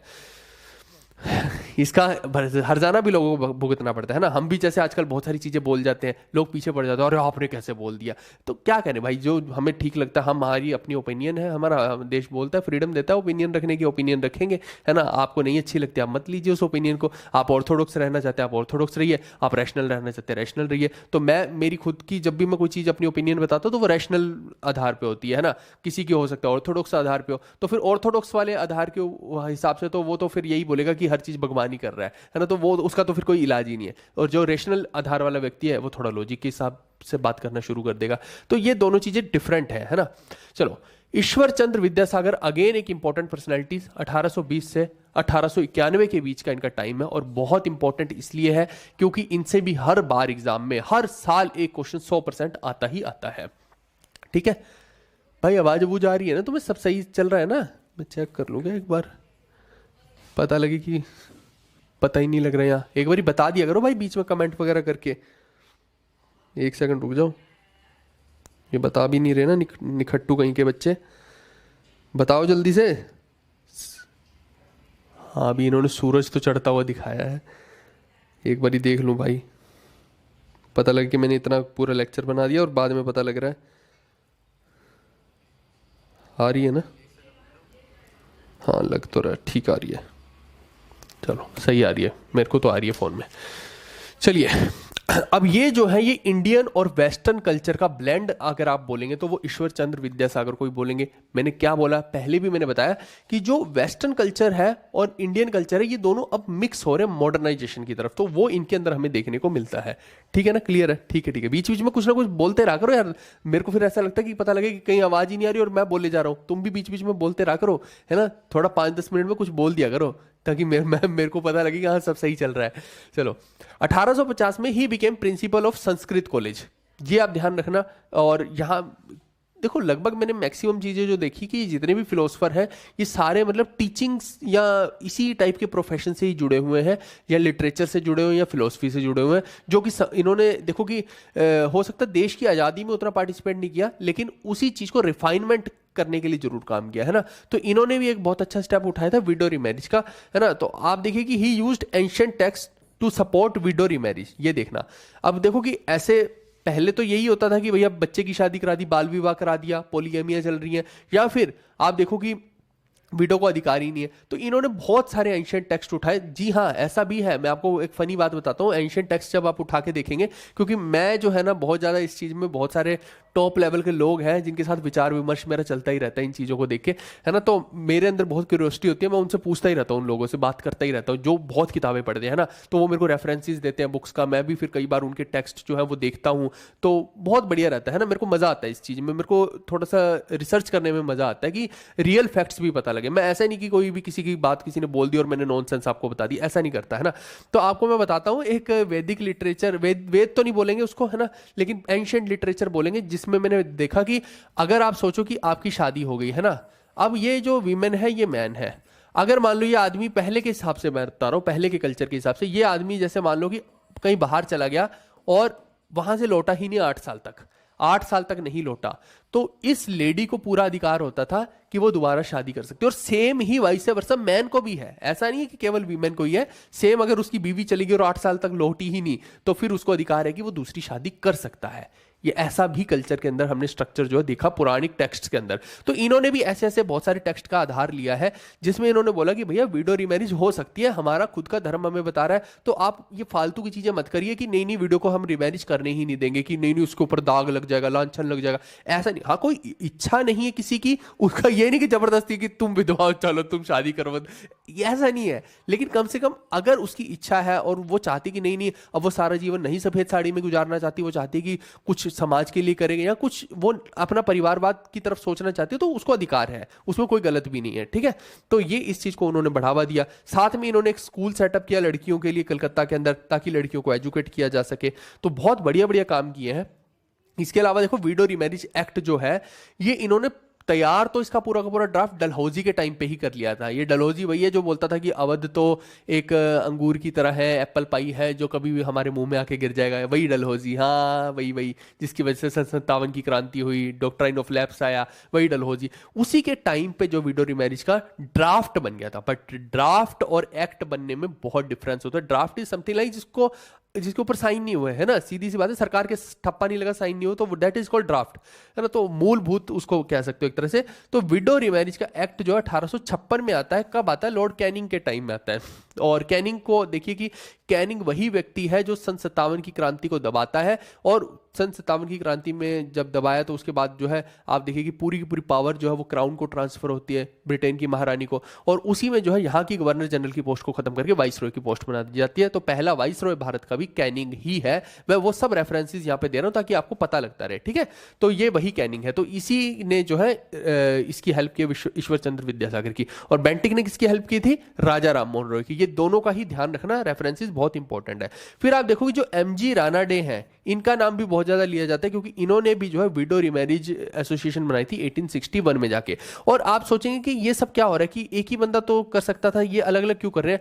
ये कुछ ऐसा ही है। आज की डेट में आप देखिए है ना कि कितने सारे बाबा लोग हो गए हैं, है ना। कोई पुकी महाराज है, कहीं पे बागेश्वर धाम है, कहीं पे निर्मल बाबा है, कहीं पे आसाराम बापू है। तो आप सोचो कि अब आप बोलने लग जाओ नहीं नहीं एक ही बाबा बहुत था, इतने सारे बनाने की क्या जरूरत थी। तो मेरे को क्या पता, सबका अपने अपने यंत्र तंत्र है भैया, जो उनको अच्छा लगता है वो कर रहे हैं। तो वैसे ही उस टाइम पे देखो समाज सुधारक भी बहुत सारे थे कि इसको मन किया कि भैया मैं एक अपनी ऑर्गेनाइजेशन बनाऊं जिससे मैं समाज को सुधार सकता हूं, इसने बना दी। इसका मन किया, इसने अपनी एक बना ली और उसको आगे बढ़ाया। तो कुछ बहुत ज्यादा फेमस हो गई, कुछ उतनी नहीं हो पाई। क्या इतनी ही ऑर्गेनाइजेशन थी? नहीं, बहुत सारी होंगी, मल्टीपल होंगी, हजारों की संख्या में होंगी। तो वो अपने अपने लेवल पे काम कर रही थी, लेकिन कुछ फेमस हो गई, कुछ नहीं हुई, वैसे आप समझ सकते हैं। तो जो विडो रिमैरिज एक्ट सिर्फ ऐसा नहीं कि ईश्वर चंद्र ने ही किया था, यहां पे आप देखेंगे एमजी रानाडे ने भी 1861 में जाके अपनी एक एसोसिएशन बनाई थी। फिर इवन ये नहीं है कि इन दोनों ने किया, इनसे भी बहुत पहले अगर हम देखते हैं तो 1850 में भी इसके एफर्ट हुए हैं। पंडित विष्णु शास्त्री ने, खुद पंडित लोग भी इसके अंदर जो है रिफाइनमेंट करने की कोशिश कर रहे थे। मैंने वही बोला कि कुछ पंडित जो है वो अपना सोच के, अपना हित सोच के काम कर रहे हैं, और कुछ जो है लोक हित के बारे में सोच के कर रहे हैं। तो ऐसा नहीं कि सब पंडित बेकार हैं, ऐसा बोल दिया मैंने, नहीं। लेकिन उनके ऊपर ब्लेम क्यों लगता है? उसका कारण यही है कि स्ट्रक्चर सारा उनका है ना वैदिक। अब स्ट्रक्चर के जो निर्माता होंगे उसी को तो बोला जाएगा। अब मान लो कि एक पुल गिर गया, तो तुम मान लो कि वो पुल था मान लो कांग्रेस के टाइम का, और तुम गाली मोदी को निकालते रहो, तो ये कैसी बात हुई? समझ आ रही? कंसेप्ट समझ में आ रहा है? तो पुल गिरा है, अगर राहुल ने बनाया है तो राहुल को ही गाली निकालोगे ना, मोदी को नहीं निकालोगे ना। बस वैसे ही समझ लो कुछ कि जो स्ट्रक्चर जिसने बनाया है उसमें कमियां रहेंगी तो गाली भी उसी को पड़ेगी और प्रेज भी उसी की होगी। राजा का ही तारीफ होगा और राजा का ही जो है जलूस भी निकलेगा। वही वाली बात है, ये ऐसे समझना इस चीज को। इसी बात देखिए कि विधाता विवाह उत्तेजिका मंडल, यही वो सोसाइटी है जो पंडित विष्णु शास्त्री ने बनाई थी, ठीक है। तो ये बहुत बढ़िया काम किया। और इन्होंने जो है ये वाली सोसाइटी जो बनाई है विष्णु शास्त्री ने, हालांकि 1850 में इन्होंने अपना काम शुरू कर रखा था, लेकिन ये सोसाइटी जो बना रहे हैं 1866 में जाके बना रहे हैं। फिर इन्होंने एक अपनी मंथली मराठी मैगजीन भी शुरू की थी, ये आप ध्यान रखिएगा, जो 1874 में की थी, जिसका नाम था निबंधमाला, ठीक है, निबंधमाला। इसके बाद देखिए कि Hindu widows home an educational institute था, जो एक हिंदू विडोज होम, जिसको कौन बनाता है? तो धोंडो केशव कार्वे जो है इसको पूना में बनाते हैं 1896 में। और इन्होंने पूरी कोशिश की कि वीमेन के अंदर एजुकेशन को बहुत ज़्यादा स्प्रेड किया जाए। तो ये आप ध्यान रखना, इनके बारे में पूछा जा सकता है सीधा सीधा क्वेश्चन। फिर आप देखिए कि Ishwar Chandra Vidyasagar is also regarded as the father of the Bengali prose. देखो, फादर ऑफ मॉडर्न इंडिया जो है वो किसको बोल रहे हैं हम? वो बोल रहे हैं हम ब्रह्म समाज वाले क्या कहते हैं इनको, राजा राम मोहन रॉय को। लेकिन यहाँ पे फादर ऑफ बंगाली प्रोज की मैं बात कर रहा हूँ, ठीक है। जो गद्य और पद्य आपने सुना होगा, है ना, तो जो बंगाली गद्य का जनक अगर बोलेंगे तो वो जो बोल रहे हैं हम विश्ववर चंद्र विद्यासागर को बोल रहे हैं। He was a social reformer from Bengal, ये तो हम पढ़ ही चुके हैं। And is credited for restructuring the Bengali alphabets, तो बंगाली अल्फाबेट्स के अंदर काफी सारी रिस्ट्रक्चरिंग की है, इसीलिए बंगाली प्रोज के फादर बोले जा रहे हैं, ये आप समझेंगे। अच्छा, इनकी मेन मेन किताबें जो है, एक तो है बोर्नो परिचय और एक है कथामाला, ठीक है। ये दोनों जो है इंपॉर्टेंट किताबें हैं इनकी, तो ये ध्यान रखना। अब बात करते हैं बाल शास्त्री जंभेकर की। 1812 से लेके 1846 तक का इनका टाइम है। और बॉम्बे के अंदर हम अगर बोलेंगे कि रिफॉर्म्स करने का जो बहुत बड़ा श्रेय जा रहा है तो वो इन्हीं को जा रहा है ना। बॉम्बे के अंदर ये अपने जर्नलिज्म के थ्रू बहुत सारे रिफॉर्म्स, सोशल रिफॉर्म्स करने की कोशिश करते हैं। और इन्होंने भी जो है ब्राह्मणिज्म के अंदर जितनी भी ऑर्थोडॉक्स चीजें हैं, जितने भी अंधविश्वास है, सुपरस्टिशंस है, उनको चैलेंज करने की कोशिश की है ना। तो जो है आप समझ ही सकते हैं ना, सेम ही काम है, सेम ही फिलोसफी है, वही आप समझिए। और इन्होंने एक न्यूज़पेपर के थ्रू ये सारा काम किया था जिसका नाम था दर्पण, है ना। तो ऑब्वियस ये बात है, मैंने वही बोला कि रिफाइन कैसे होगा समाज, किसी तरीके से वो जाए, है ना। आज अगर अलाहाबादिया, रणवीर अलाहाबादिया ऐसे ऐसे जोक्स क्रैक करता है तो हम बोलते हैं कि समाज गंदा हो रहा है ना। क्यों? क्योंकि सोशल मीडिया ही एक तरीका है। आप सोचो कि सारा दिन अगर बच्चा एक जेंजी बच्चा सारा दिन गाली गलौज होगा, तेरी तेरी पैन ऐसे करेगा अगर, तो फिर सोचो कि वो आम बोलचाल की भाषा में भी वही काम करने लग जाएगा, है ना। तो आप समझो कि अगले 10-20 साल में तो फिर हमारी सोसाइटी माँ बहन की गालियों के अलावा फिर बात ही नहीं करेगी इस हिसाब से, तो क्योंकि ये सीखी वहाँ वही सब चीजें रहे हैं। और धीरे धीरे खौफ तो बुजुर्गों का निकल ही रहा है, वो तो हमें पता ही है ना। तो यानी कि लगभग अगर आज से 10-20 साल के बाद हम देखेंगे भारत को, तो छपरी भारत बन जाएगा फिर इस हिसाब से, तो है ना। और सबसे बड़ा योगदान किसका रहेगा आप देखिए, है ना। ये हमारे सोशल रिफॉर्मर थे, आज के सोशल मीडिया इन्फ्लुएंसर्स का सबसे बड़ा योगदान रहेगा फिर इस काम को करने के लिए। तो आप ये समझो कि जब आप अपने देश का प्रेस्टीज बढ़ाना है तो आप धीरे धीरे उस सोसाइटी का स्ट्रक्चर कैसा बनाने की कोशिश कर रहे हो, है ना, कि घटिया की तरफ लेके जा रहे हो कि अच्छे की तरफ लेके जा रहे हो। तो इन लोगों ने बहुत ज्यादा रिफाइन करने की कोशिश की। अब आज के इन्फ्लुएंसर ये सोच रहे हैं कि इतना साफ कैसे कर दिया, थोड़ा गंदा भी तो होना चाहिए, तो ये गंदा करने में लग गए। वैसा आप समझिए इस चीज को, ठीक है। तो इसलिए मैंने बोला कि ये लोग न्यूज़पेपर का सहारा लिया करते थे, अगर उस टाइम पे सोशल मीडिया होता तो सोशल मीडिया का सहारा लेते ये लोग फिर। ही स्टार्टेड दिग्दर्शन 1840 में, ठीक है। इन्होंने 1840 में दिग्दर्शन स्टार्ट किया और इसके अंदर बहुत सारे इन्होंने साइंटिफिक अप्रोच वाले आर्टिकल्स डाले, हिस्ट्री से रिलेटेड आर्टिकल्स डाले, ताकि लोगों को चीजें समझाई जा सके। अगर फादर ऑफ मराठी जर्नलिज्म का श्रेय किसी को जाएगा तो वो इन्हीं को जाएगा। He is called the father of Marathi journalism. इसके बाद अगर बॉम्बे नेटिव जनरल लाइब्रेरी की बात करते हैं तो वो उसकी खोज भी इन्होंने की है, या नेटिव इंप्रूवमेंट सोसाइटी की बात करें तो वो भी इन्होंने ही बनाई थी, ठीक है। और अब आप देखिए परमहंस मंडली की बात कर रहे हैं, तो परमहंस मंडली के जो फाउंडर हैं वो है दादोबा पांडुरंगा, ठीक है। अब ये जो है ब्रदर है आत्माराम पांडुरंगा के। आत्माराम पांडुरंगा के बारे में हम पहले भी पढ़ चुके हैं, आज ही के सेशन में मैंने बताया। इसके अलावा इसमें और कौन कौन से लोग थे, मेहता जी, दुर्गाराम, करसनदास मूलजी, ये सारे ये सब जो है बॉम्बे और महाराष्ट्र के एरिया में 1849 में ये जो है सोसाइटी बनाते हैं। और ये एक तरह से एक सीक्रेट सोसाइटी के तौर पे उभरती है ये पूरी की पूरी सोसाइटी, है ना। और ये कोशिश करती है कि हिंदू रिलीजन को जो है वापस से इम्फेसाइज किया जा सके लोगों के ऊपर, ठीक है। तो हिंदू रिलीजन और उसकी सोसाइटी में वो जो कस्टम थे हिंदूज के, उसको वापस से इम्पोज किया जा सके। वैसे भी आप देखिए कि पिछले कई 100 सालों से तो भारत मुगलों का गुलाम रहा है। मुगल तो वैसे भी भारत के नहीं थे रियल में, मैं बताऊं तो, है ना। वो आखिर के टाइम तक भी जहांगीर जैसे लोग, है ना, बाबर जैसे लोग, आखिर के टाइम तक भी जो है वो वही उन्हीं की बातें कर रहे थे, वो काबुल की ही बातें करते थे, उनके लिए वही था, है ना। वो कौन सी जगह थी बाबर की, समरकंद, है ना। वो उनका सारा का सारा जुड़ाव उधर ही जुड़ा पड़ा था। तो अब क्या कर सकते हैं ना। तो जबकि ये देखिए कि हमारे देश के जो सॉइल के जो बच्चे हैं, तो वो जो बाद में आते हैं ना, तो आप समझो कि वो कहीं मैच नहीं हो रही वो चीजें, तो उसको रिफाइन करने का ये काम कर रहे हैं, ऐसे आप समझिए। फिर आइडियोलॉजी इनकी जो है क्लोजली लिंक टू मानव धर्म है, तो इनकी आइडियोलॉजी मानव धर्म सभा से जो है ज्यादा मेल खाती है, जो कि कहाँ पे फाउंड हुई थी, सूरत में हुई थी, गुजरात में 1844 में। फिर इन्होंने भी जो है एक ही भगवान पे बिलीव किया है, हालांकि हिंदू कस्टम्स को ही इंपोज कर रहे हैं, लेकिन अगेन ये जो बात कर रहे हैं ये एक भगवान की ही कर रहे हैं। और primarily interested in breaking caste rules, तो इन्होंने भी कास्ट के रूल्स को ब्रेक करने की कोशिश की है। बेसिकली बात यही है, हिंदू कल्चर को रिफाइन करने की बात की है। अब बात आती है ज्योतिबा फूले की। इनके बारे में भी पेपर में हमेशा पूछा जाता है। 1827 से 1890 का टाइम है। ये जो है कहाँ पे जन्म लेते हैं, सतारा में लेते हैं, ठीक है। और सतारा जो है अगर मेरे को जहाँ तक याद आ रहा है कि डॉक्ट्राइन ऑफ लैप्स कहाँ लगाया गया था सबसे पहले, याद आ रहा है कुछ? डॉक्टर एंड ऑफ लैब्स कहाँ लगाया था डलहौजी ने सबसे पहले, बताओ मेरे को। फिर महाराष्ट्र में है ये सतारा, है ना, तो it belong to a gardener family, या फिर कहीं कि माली थे, है ना, तो ये माली कम्युनिटी से बिलोंग करते थे और इनका कोशिश थी कि सोशल सर्विस की जा सके, लोअर कास्ट के लोगों को अपग्रेड किया जा सके किसी तरीके से, है ना, अपलिफ्ट किया जा सके और एजुकेशन का बहुत ज़्यादा बढ़ावा किया जा सके। तो आप देखो कि 1873 में ज्योतिबा फूले जो है वो सत्य शोधक समाज बनाते हैं। ये आप ध्यान रखना, सत्य शोधक समाज के बारे में ही हमेशा क्वेश्चन आता है। कब बनाया? 1873 में। कहाँ बनाया? पुणे के अंदर बनाया है। और इसमें जो है आप देखिए कि बैकवर्ड क्लासेस के आपको बहुत सारे लोग देखने को मिलेंगे, है ना, या फिर माली कम्युनिटी के बहुत सारे लोग देखने को मिलेंगे, तेली जो है, कुनबी हैं, ये सारे के सारे आपको इस समाज के अंदर देखने को मिलेंगे। यानी पिछड़े वर्गों के लोगों को इन्होंने टारगेट किया और उनकी एक कम्युनिटी बनाई और रिफाइन करने का काम किया सोसाइटी को, ऐसे आप समझ सकते हैं। बिल्कुल बिल्कुल बढ़िया है, बोर्नो परिचय, वाह आरिफ साहब।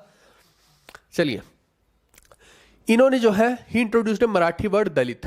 तो इन्होंने एक मराठी शब्द जो है दलित, कई बार पूछ लिया जाता है कि कहाँ से आया ये दलित समाज, है ना। अंबेडकर बाद में जो है दलित दलित इतना ज़्यादा उन्होंने अपने शब्दावली में यूज़ किया, वो दलित समाज जो है, ये दलित शब्द यही लेकर आ रहे हैं दलित, ठीक है। तो इनके बारे में ध्यान रखना है।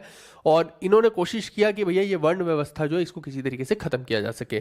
फिर आप देखिए कि ज्योतिबा फूले को जो है एक टाइटल मिला है महात्मा का। तो जैसे गांधी को महात्मा का टाइटल रविंद्रनाथ टैगोर ने दिया था, वो तो बाद की बात होगी, ये तो पहले की बात चल रही है। आप ध्यान दीजिए, गांधी तो थे भी नहीं आ गए होंगे, है ना। तो गांधी का जन्म हो गया था, मैं ये नहीं बोल रहा, लेकिन आप समझो कि ये जो बात हो रही है पहले की हो रही है गांधी से। तो महात्मा का टाइटल इनको जो दे रहा है विठल राव कृष्ण जी वेदंकर जो है, इनको महात्मा का टाइटल देते हैं। फिर इनके बारे में एक जो मेजर क्वेश्चन आ सकता है मुझे लगता है वो आएगा गुलामगिरी के बारे में। आप देखिए, ये जो गुलामगिरी है वो वैसे भी आपको समझ आ रहा होगा, दलित यानी गुलाम, पहले के कल्चर के हिसाब से या पहले के स्ट्रक्चर के हिसाब से देखें तो ये गुलामगिरी किताब जो लिखते हैं ये मराठी किताब है, ये देखो लिखा भी हुआ है, और ये रही गुलामगिरी, ज्योतिराव गोविंदराव फूले। तो ये आपको इससे पिक्चर से याद रहेगी। इसके बारे में 100% है कि कभी भी पेपर में आएगा ये क्वेश्चन, गुलामगिरी वाला 100% मेरे को लग रहा है कि कभी भी आ जाएगा। और इनका अगर मैं रियल नाम बोलूँ तो ज्योतिबा घोरे था, ठीक है, ज्योतिबा घोरी नहीं, घोरे था, ठीक है, ज्योतिबा घोरे। और इसके अलावा सार्वजनिक सत्य धर्मा 1873 में ये समाज की स्थापना कर रहे हैं। फिर इशारा जो हो गया, सॉरी समाज कह रहा हूँ किताब, ठीक है, तो सार्वजनिक सत्य धर्म किताब 1873 में लिख रहे हैं। इशारा और धर्म तृतीया रतिया, ये सब किताबें जो है ये लिख रहे हैं। तो इनके बारे में अगर पूछा जाएगा तो जाएगा, नहीं तो गुलामगिरी का आ सकता है, तो मैंने बता ही दिया। अच्छा, सिर्फ यही नहीं थे, इन्हीं की वाइफ जो है यहाँ पे, वाइफ ऑफ ज्योतिबा फूले, जिनको आप सावित्री बाई फूले बोलते हैं, 1831 से 1897 का इनका टाइम है। ये भी माली कम्युनिटी से है, महाराष्ट्र से ही है। इन्होंने भी जो है ज्योतिबा के साथ मिलकर, इन्होंने देखो इसीलिए शायद इनकी बॉन्डिंग अच्छी रही कि इन दोनों ने ही मिलकर सोसाइटी को अपलिफ्ट करने का काम किया, और दोनों सेम समाज से आ रहे हैं। इन्होंने जो मेजर काम किया वो गर्ल्स की एजुकेशन को प्रमोट करने के लिए किया, तो ये बहुत बढ़िया काम किया। आप देखिए, है ना, ज्योतिबा फूले से इंस्पायर रही और इन्होंने जो है खुद भी बहुत सारा काम किया है। फिर इन्होंने महिला सेवा मंडल स्टार्ट किया, आप देखिए, और महिलाओं के अंदर उनके राइट्स के बारे में अवेयरनेस फैलाने की कोशिश की, है ना। सीधी बात है, भड़का आ रही है अगर कोई मजाक में बोलना जाए, अच्छा भाई आई थी लाल साड़ी वाली, भड़का के चली गई, इसका पति यही बोलता होगा। चलो मजाक कर रहा हूँ, बट कुल मिला के ये है कि महिलाओं को अपने राइट्स के बारे में नहीं पता था, क्योंकि एजुकेटेड नहीं थी महिलाएं। जब राइट्स के बारे में नहीं पता तो अपलिफ्टमेंट कहाँ से होगी। तो इन्होंने जो है हर जगह जा जाके उनको जो है उनके राइट्स के बारे में बताया। फिर campaigned for abolition of untouchability, तो वो तो कर ही रहे थे, ये और इनका पति जो है दोनों ही अनटचेबिलिटी को खत्म करने की कोशिश कर रहे हैं। ऑब्वियसली बात है कि जब दलित समाज से ही आ रहे हैं तो उसको तो खत्म करने की कोशिश करेंगे ना, अनटचेबिलिटी को। फिर इसके बाद अगर इनके पोइटिक वर्क देखेंगे तो काव्य फूले और बावन काशी सुबोध रत्नाकर, ये इनकी काव्य रचनाएं आप बोल सकते हैं।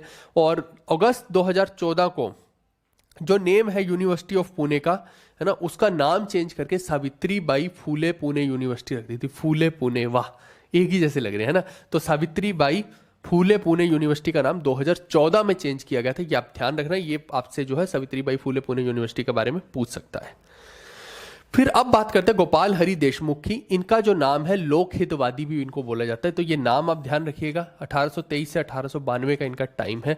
He was a social reformist and nationalist from Maharashtra, obviously बात है महाराष्ट्र से बिलोंग करते हैं।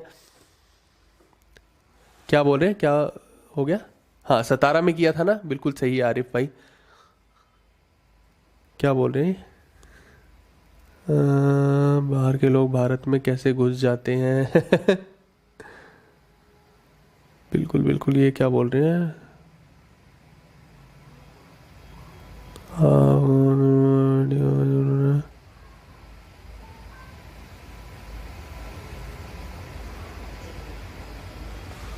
पता नहीं भाई क्या चल रहा है इनका, जो भी चल रहा है मेरे को खुद ही नहीं समझ आ रही क्या बतिया रहे हैं ये आपस में।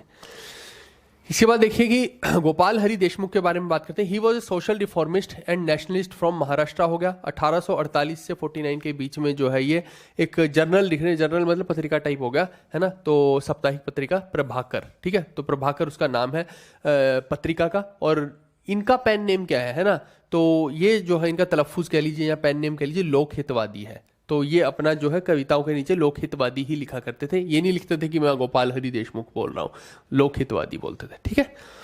जैसे बहादुर शाह जफर है, तो जफर उनका तलफ्फुज एक तरह से वो कविताओं में जफर लिखाते थे, बहादुर शाह नहीं लिखते थे, वैसे ही आप समझ लीजिए। ही स्टार्टेड ए वीकली जिसका नाम था हितेच्छू, ठीक है, तो हितेचू मत समझ लेना, हितेच्छू है, ठीक है, हिंदी में आपको पढ़ना पड़ेगा उसके लिए, ये गुजराती और इंग्लिश में इन्होंने निकाली थी।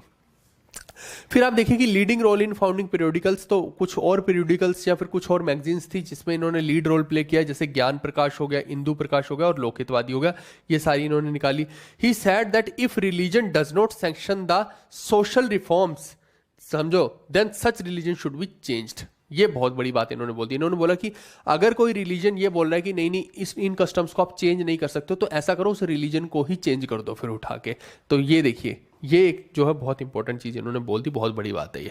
चलिए नेक्स्ट आप देखिए रामकृष्ण परमहंस के ऊपर भी क्वेश्चंस आते हैं, तो इनके बारे में भी थोड़ा सा देख लेते हैं। इनके जो मेन डिसिपल हुए हैं विवेकानंद हुए, तो उनके बारे में भी हम बात करेंगे। रामकृष्ण मठ जो है ये रामकृष्ण परमहंस ने बनाया है, और ये देवी काली के है ना, महाकाली के जो बहुत बड़े भक्त रहे हैं, और पुअर प्रीस्ट थे है ना, गरीब ही रहे हैं। ऐसा नहीं है कि कोई अमीरी में, कुछ लोग होते हैं ना कि नहीं नहीं पुजारी हैं लेकिन महल मुनारों में रहेंगे, तो वो अलग टाइप के पुजारी होते हैं, ये अलग टाइप के थे, ठीक है। तो ये जो है काली माता के भक्त थे, ये आप समझ सकते हैं। और दक्षिणेश्वर में जो टेम्पल है काली माता का, वहीं पे ये प्रीस्ट थे, पुजारी थे, ठीक है। और ये कहाँ पे है, कलकत्ता के अंदर है, ऑलरेडी मैं बता चुका हूँ। और इनका जो चाइल्डहुड नेम है वो गदाधर चट्टोपाध्याय है, ये आपको ध्यान रखना है, ठीक है। इन्हीं के डिसिबल जो हुए हैं, इन्हीं के सबसे इंपॉर्टेंट शिष्य जो हुए हैं वो हुए हैं आपके स्वामी विवेकानंद, ठीक है। जो 1897 की जब मैं बात करता हूं तो रामकृष्ण मिशन के बारे में क्वेश्चन हमेशा आता है, ये क्वेश्चन हर साल लगभग आता ही है कि रामकृष्ण मिशन जो है किसने फाउंड किया या कब फाउंड किया, तो स्वामी विवेकानंद जी ने जो है इसको फाउंड किया था, ये आप ध्यान रखेंगे, ठीक है। और ये जो है बेसिकली किस आइडियोलॉजी पे आधारित है, तो आप देखिए ये फोकस करता है आइडियल ऑफ सेल्वेशन के ऊपर through social service and selfless action, यानी कि समाज का बेसिकली निस्वार्थ भाव से आप सेवा कीजिए और समाज को साफ कीजिए, निस्वार्थ भाव से, कोई अपने स्वार्थ के हिसाब से नहीं करना, तो उसके ऊपर ये फोकस करता है, बहुत बढ़िया चीज। फिर आप देखिए कि स्वामी विवेकानंद की अगर मैं बात करता हूं तो 1863 से 1902 के बीच का इनका टाइम है। रियल नाम नरेंद्र नाथ दत्त है और बहुत फेमस है ना इनके बारे में, तो ये बोला जाता है कि जिस भी किताब को एक बार पढ़ लेते थे तो इनको उस किताब का किस पन्ने पे क्या लिखा है एग्जैक्टली पता लग जाता था। इनकी कंसंट्रेशन पावर बहुत ज़्यादा स्ट्रांग थी, है ना। हालांकि इनको बहुत सारी बीमारियों ने भी घर कर रखा था, है ना, लेकिन ये फिर भी जो है रीडिंग के ऊपर बहुत ज़्यादा फोकस करते थे, है ना। तो दिमाग से बहुत ज़्यादा शार्प थे, नॉलेज वर्सेटाइल, बहुत ज़्यादा नॉलेज इकट्ठी कर रखी थी, हाँ। तो लेकिन आखिर के टाइम में आप देखो कि बीमारियों की वजह से ही इनकी डेथ होती है एक तरह से, है ना, ऐसे नहीं कि कोई नेचुरल डेथ हो रही है, तो वो एक अलग चीज़ होगी। लेकिन फिर भी इस इंसान ने बहुत ज़्यादा ज्ञान हासिल करने की कोशिश की और सोसाइटी को बहुत ज़्यादा इंस्पायर किया है ना। तो इनके बारे में जितनी भी चीज़ें आप पढ़ेंगे कम ही रहेंगी, है ना। तो वो बहुत ज़्यादा इंपॉर्टेंट और इंटेलेक्चुअल पर्सन है, ये आप कह सकते हैं। और इवन इनके ही नाम पे youth day, national youth day भी मनाया जाता है, अगर आपको पता हो। He took forward the ideology of Ramakrishna Paramhansa, तो रामकृष्ण परमहंस इनके गुरु हैं, तो उन्हीं की आइडियोलॉजी को ये आगे लेकर चले हैं, ठीक है। क्या हो गया, क्या बोल रहे हैं, अभी खत्म ही हो जाएंगे सारे रिफॉर्म्स, ये अब 2-3 क्लास थोड़ी करूंगा।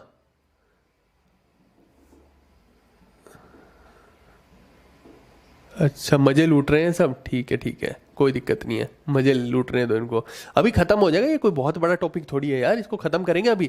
आप इस तरीके से मत करो कि नहीं नहीं सर आधा कल पढ़ेंगे, अभी आज खत्म कर देंगे, आप बाद में पढ़ते रहना मेरे को, क्योंकि टॉपिक वाइज मैं जितना भी कंटेंट पढ़ा रहा हूँ वो टॉपिक वाइज पढ़ा रहा हूँ, मैं 1 घंटा 2 घंटे वाइज नहीं पढ़ा रहा, तो आप प्लीज उस चीज को समझना, है ना। तो उससे क्या है कि एक सही हेल्प मिल जाती है और आपको एक ही जगह पे संगठित टॉपिक मिल जाता है। इसके बाद मैं क्या करूंगा, सारे के सारे को मर्ज करके एक पूरी हिस्ट्री की वीडियो बना दूंगा, इसीलिए मैं इसको खत्म कर रहा हूं। अब कल मैं पूरी हिस्ट्री की वीडियो डालने की कोशिश करूंगा।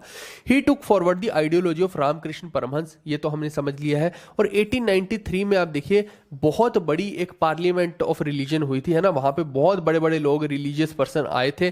कहाँ आए थे? शिकागो के अंदर। और सबसे ज्यादा फेमस स्वामी जी अगर हुए हैं तो वो शिकागो में ही हुए, है ना। लोग हंस रहे थे कि अरे ये कैसे कपड़ों में आ गया, जबकि आप देखिए कि उस पार्लियामेंट ऑफ रिलीजन में बहुत हाई क्लास लेवल के लोग आ रखे हैं और उनके कपड़े भी एकदम डिफरेंट टाइप के हैं। जबकि ये देखिए स्वामी जी इस तरीके की धोती कुर्ते में जा रहे हैं ना, तो इस टाइप के गाउन में जा रहे हैं, तो लोग हंस रहे थे। लेकिन जब इन्होंने भाषण दिया तो उसके बाद तो भैया सब स्पीचलेस थे और तालियों की गड़गड़ाहट जो है वो रुक ही नहीं रही थी, है ना। तो इस टाइप का इन्होंने भाषण दिया तो वहां पे जो है लोग हाईली इंप्रेस्ड, नेक्स्ट लेवल का इंप्रेस हो गए थे इनसे, ठीक है। तो वहां से इनको सबसे बड़ी फेम मिली स्वामी विवेकानंद को।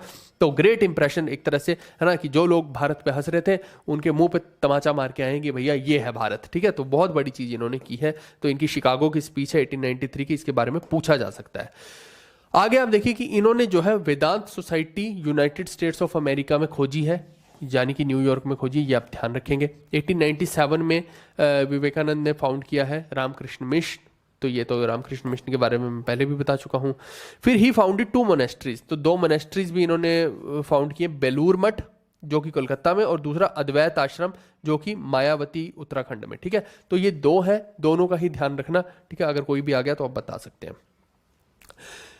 The first math was established at Baranagar in 1899, another math was started at Belur which became the central मठ। ये सब वही मैं बता दिया ना, मठ बनाए हैं इन्होंने।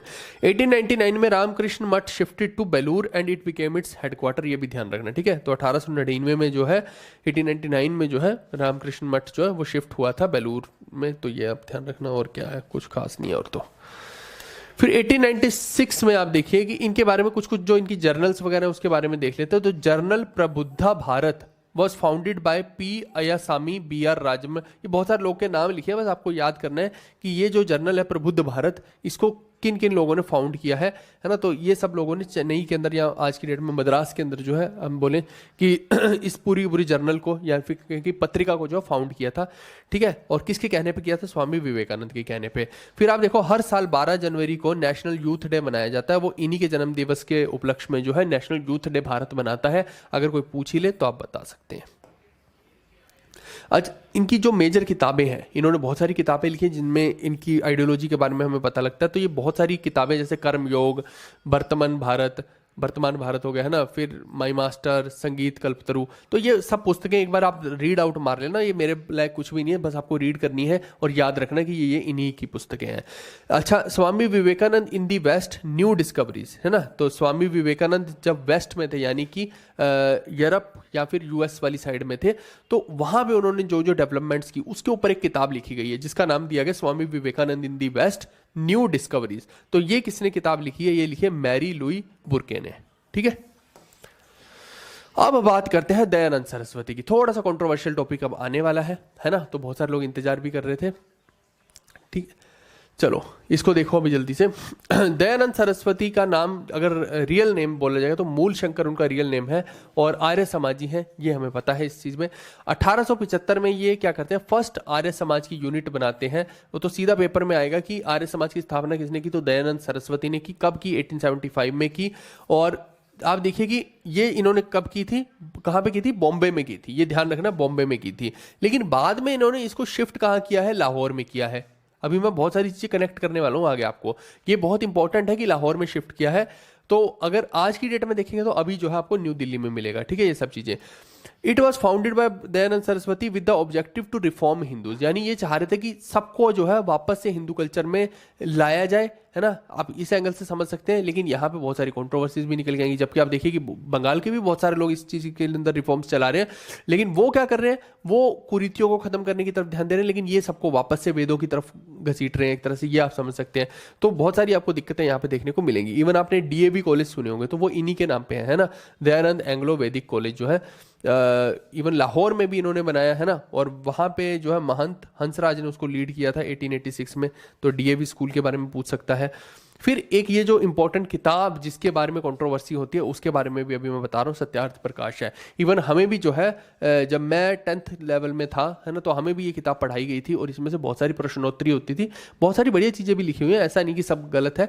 तो इसमें जो है वो प्रश्नोत्तरी में कि भगवान कौन है ना, तो उसमें बताया गया था कि उसकी कोई शेप नहीं है, कोई रूप नहीं है, फिर आप क्या करने आ रखे हो धरती पे, क्या मिशन है आपको, बहुत सारे ऐसे क्वेश्चंस हैं जो इस किताब में दिए गए। तो वो एक तरह से बेसिकली किताब जो है आपकी क्यूरियोसिटी को खत्म करने के लिए बनाई गई है, लेकिन ये सारा वेदों का ही सहारा ले रही है।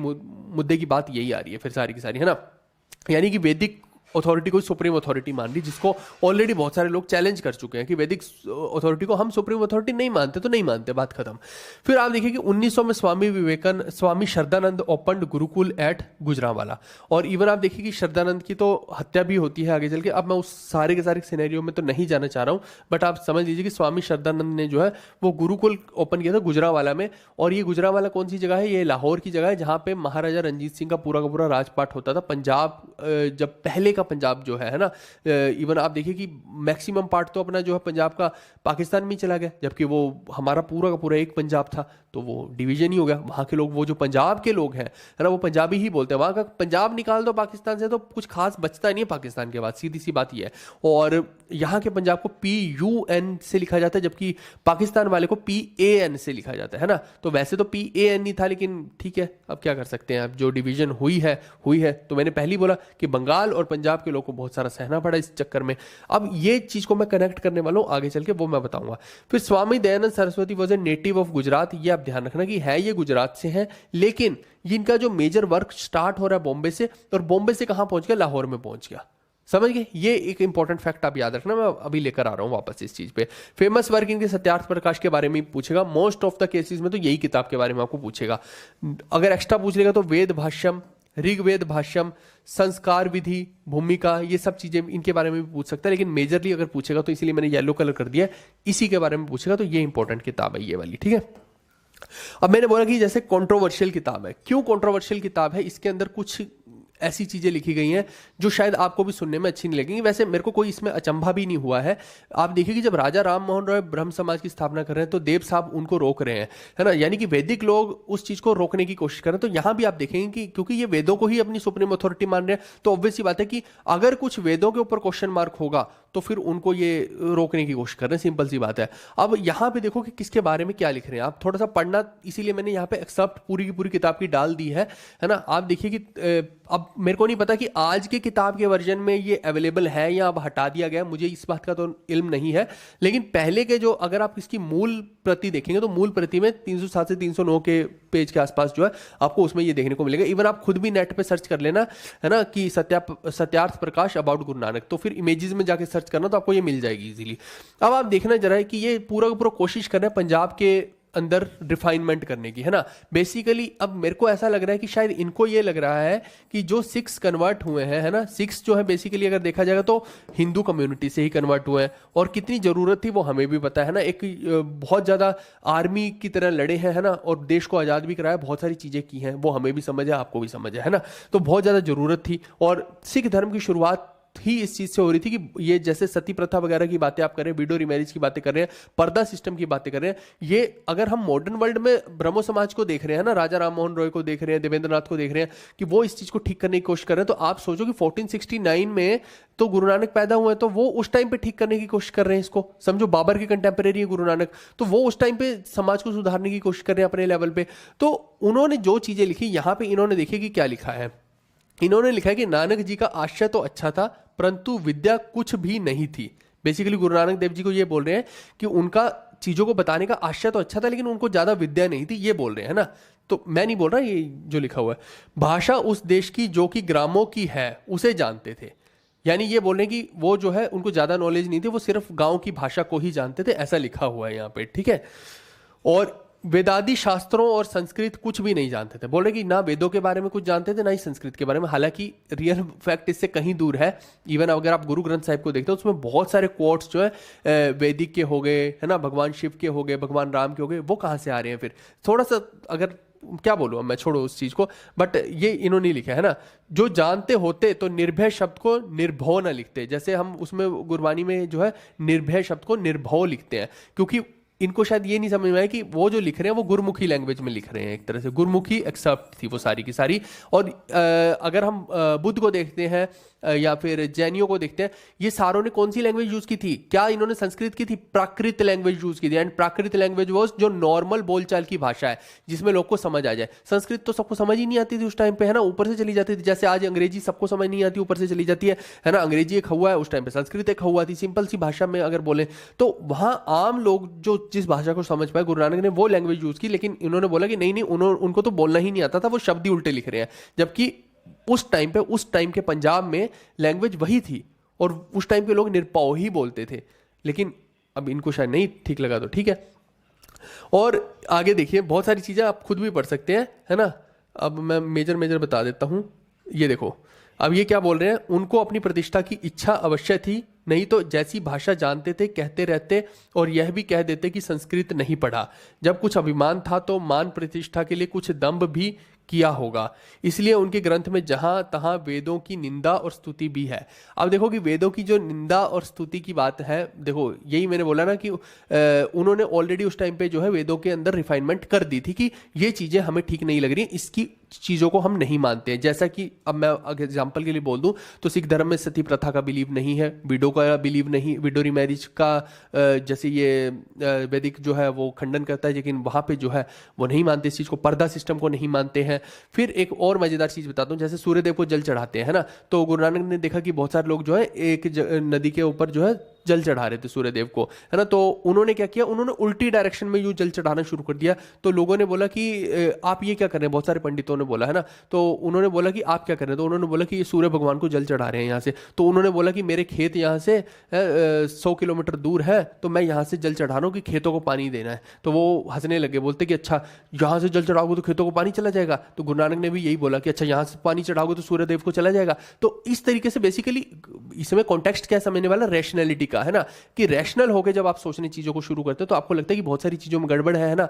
बेसिकली सिस्टम ये था कि कुरीतियों को खत्म करना है, बस दैट्स ऑल, है ना। तो इनको नहीं अच्छा लगा तो इन्होंने ये सब एक्सेप्ट्स लिखे, इसलिए मैंने आपके रेफरेंस के लिए लिख दिए हैं, ठीक है। तो सत्यार्थ प्रकाश में ये सब लिखा गया कि अब मैं क्या बोल सकता हूँ कि सिखों के सर में तो बाल ही नहीं रहने देंगे, इस तरीके की उनकी आइडियोलॉजी वहां पे रही, जो कि सेंसिबल तो नहीं है, बट क्या कर सकते हैं, उस चीज में कुछ नहीं कर सकते, जो भी है उनकी। फिर आप देखिए, Arya Prakash is a newspaper published by Swami Dayanand Saraswati. तो इन्होंने आर्य प्रकाश जो न्यूज़पेपर है वो पब्लिश किया है। He gave the slogan go back to the Vedas.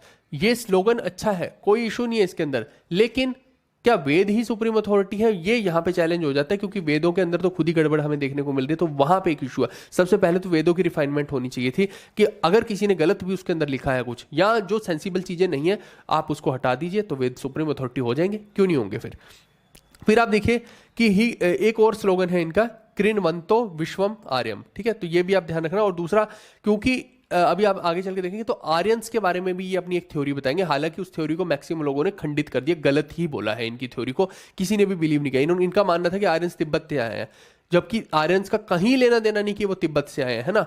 Maximum आपको आप देखिए, मैंने पूरा आर्यंस के बारे में तो लेक्चर पढ़ाया है ना, लेकिन ये इनकी अपनी थ्योरी है कि नहीं, आर्यंस वहां से आ रहे हैं।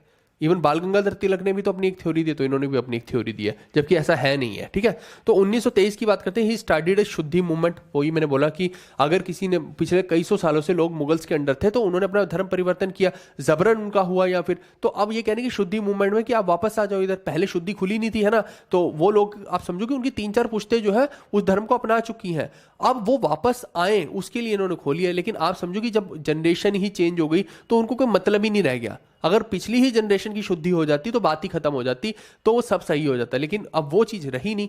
समझो कि आज आप जो हो, आज आप मान लो कि चंडीगढ़ में रह रहे हो। अब आपको जो है बचपन में चंडीगढ़ में रहे, है ना, तो बाद में आपके पापा आपको अमेरिका ले गए।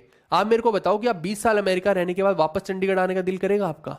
कभी भी नहीं करेगा, हो ही नहीं सकता ये चीज। तो वैसी कुछ समझो कि वो जनरेशन ही चेंज हो गई। यही एक कारण है आज की डेट में भी कि बहुत सारे मुस्लिम्स बोलते हैं कि नहीं, हम अपना धर्म हिंदू धर्म में नहीं कन्वर्ट करेंगे, जबकि सबको पता है पूरे अर्थ पे 99% लोग जो वो कन्वर्टेड ही हैं, हिंदू धर्म से ही कन्वर्टेड है, ये बात सबको पता है। लेकिन वापस क्यों नहीं कोई आना चाहता? क्योंकि उनके पूर्वज ही उस चीज में पहले ही उस चीज को इतने समय से फॉलो कर रहे हैं, तो वो नहीं आना चाहते, तो नहीं आना चाहते, बात खत्म होती है। जबरदस्ती किसी को कैसे लेके आ सकते हैं, है ना। बिल्कुल मैं वही बोल रहा हूं, है ना। तो यही चीज है कि अगर बुद्ध ने या गुरु नानक ने या महावीर ने अगर रैशनल होकर सोचा तो उनको खंडन करने वाले भी बहुत सारे लोग थे और उनका मजाक उड़ाने वाले भी बहुत सारे लोग थे, तो कोई बड़ी बात नहीं है ना, क्योंकि रैशनैलिटी की पहले वैसे भी कमी थी।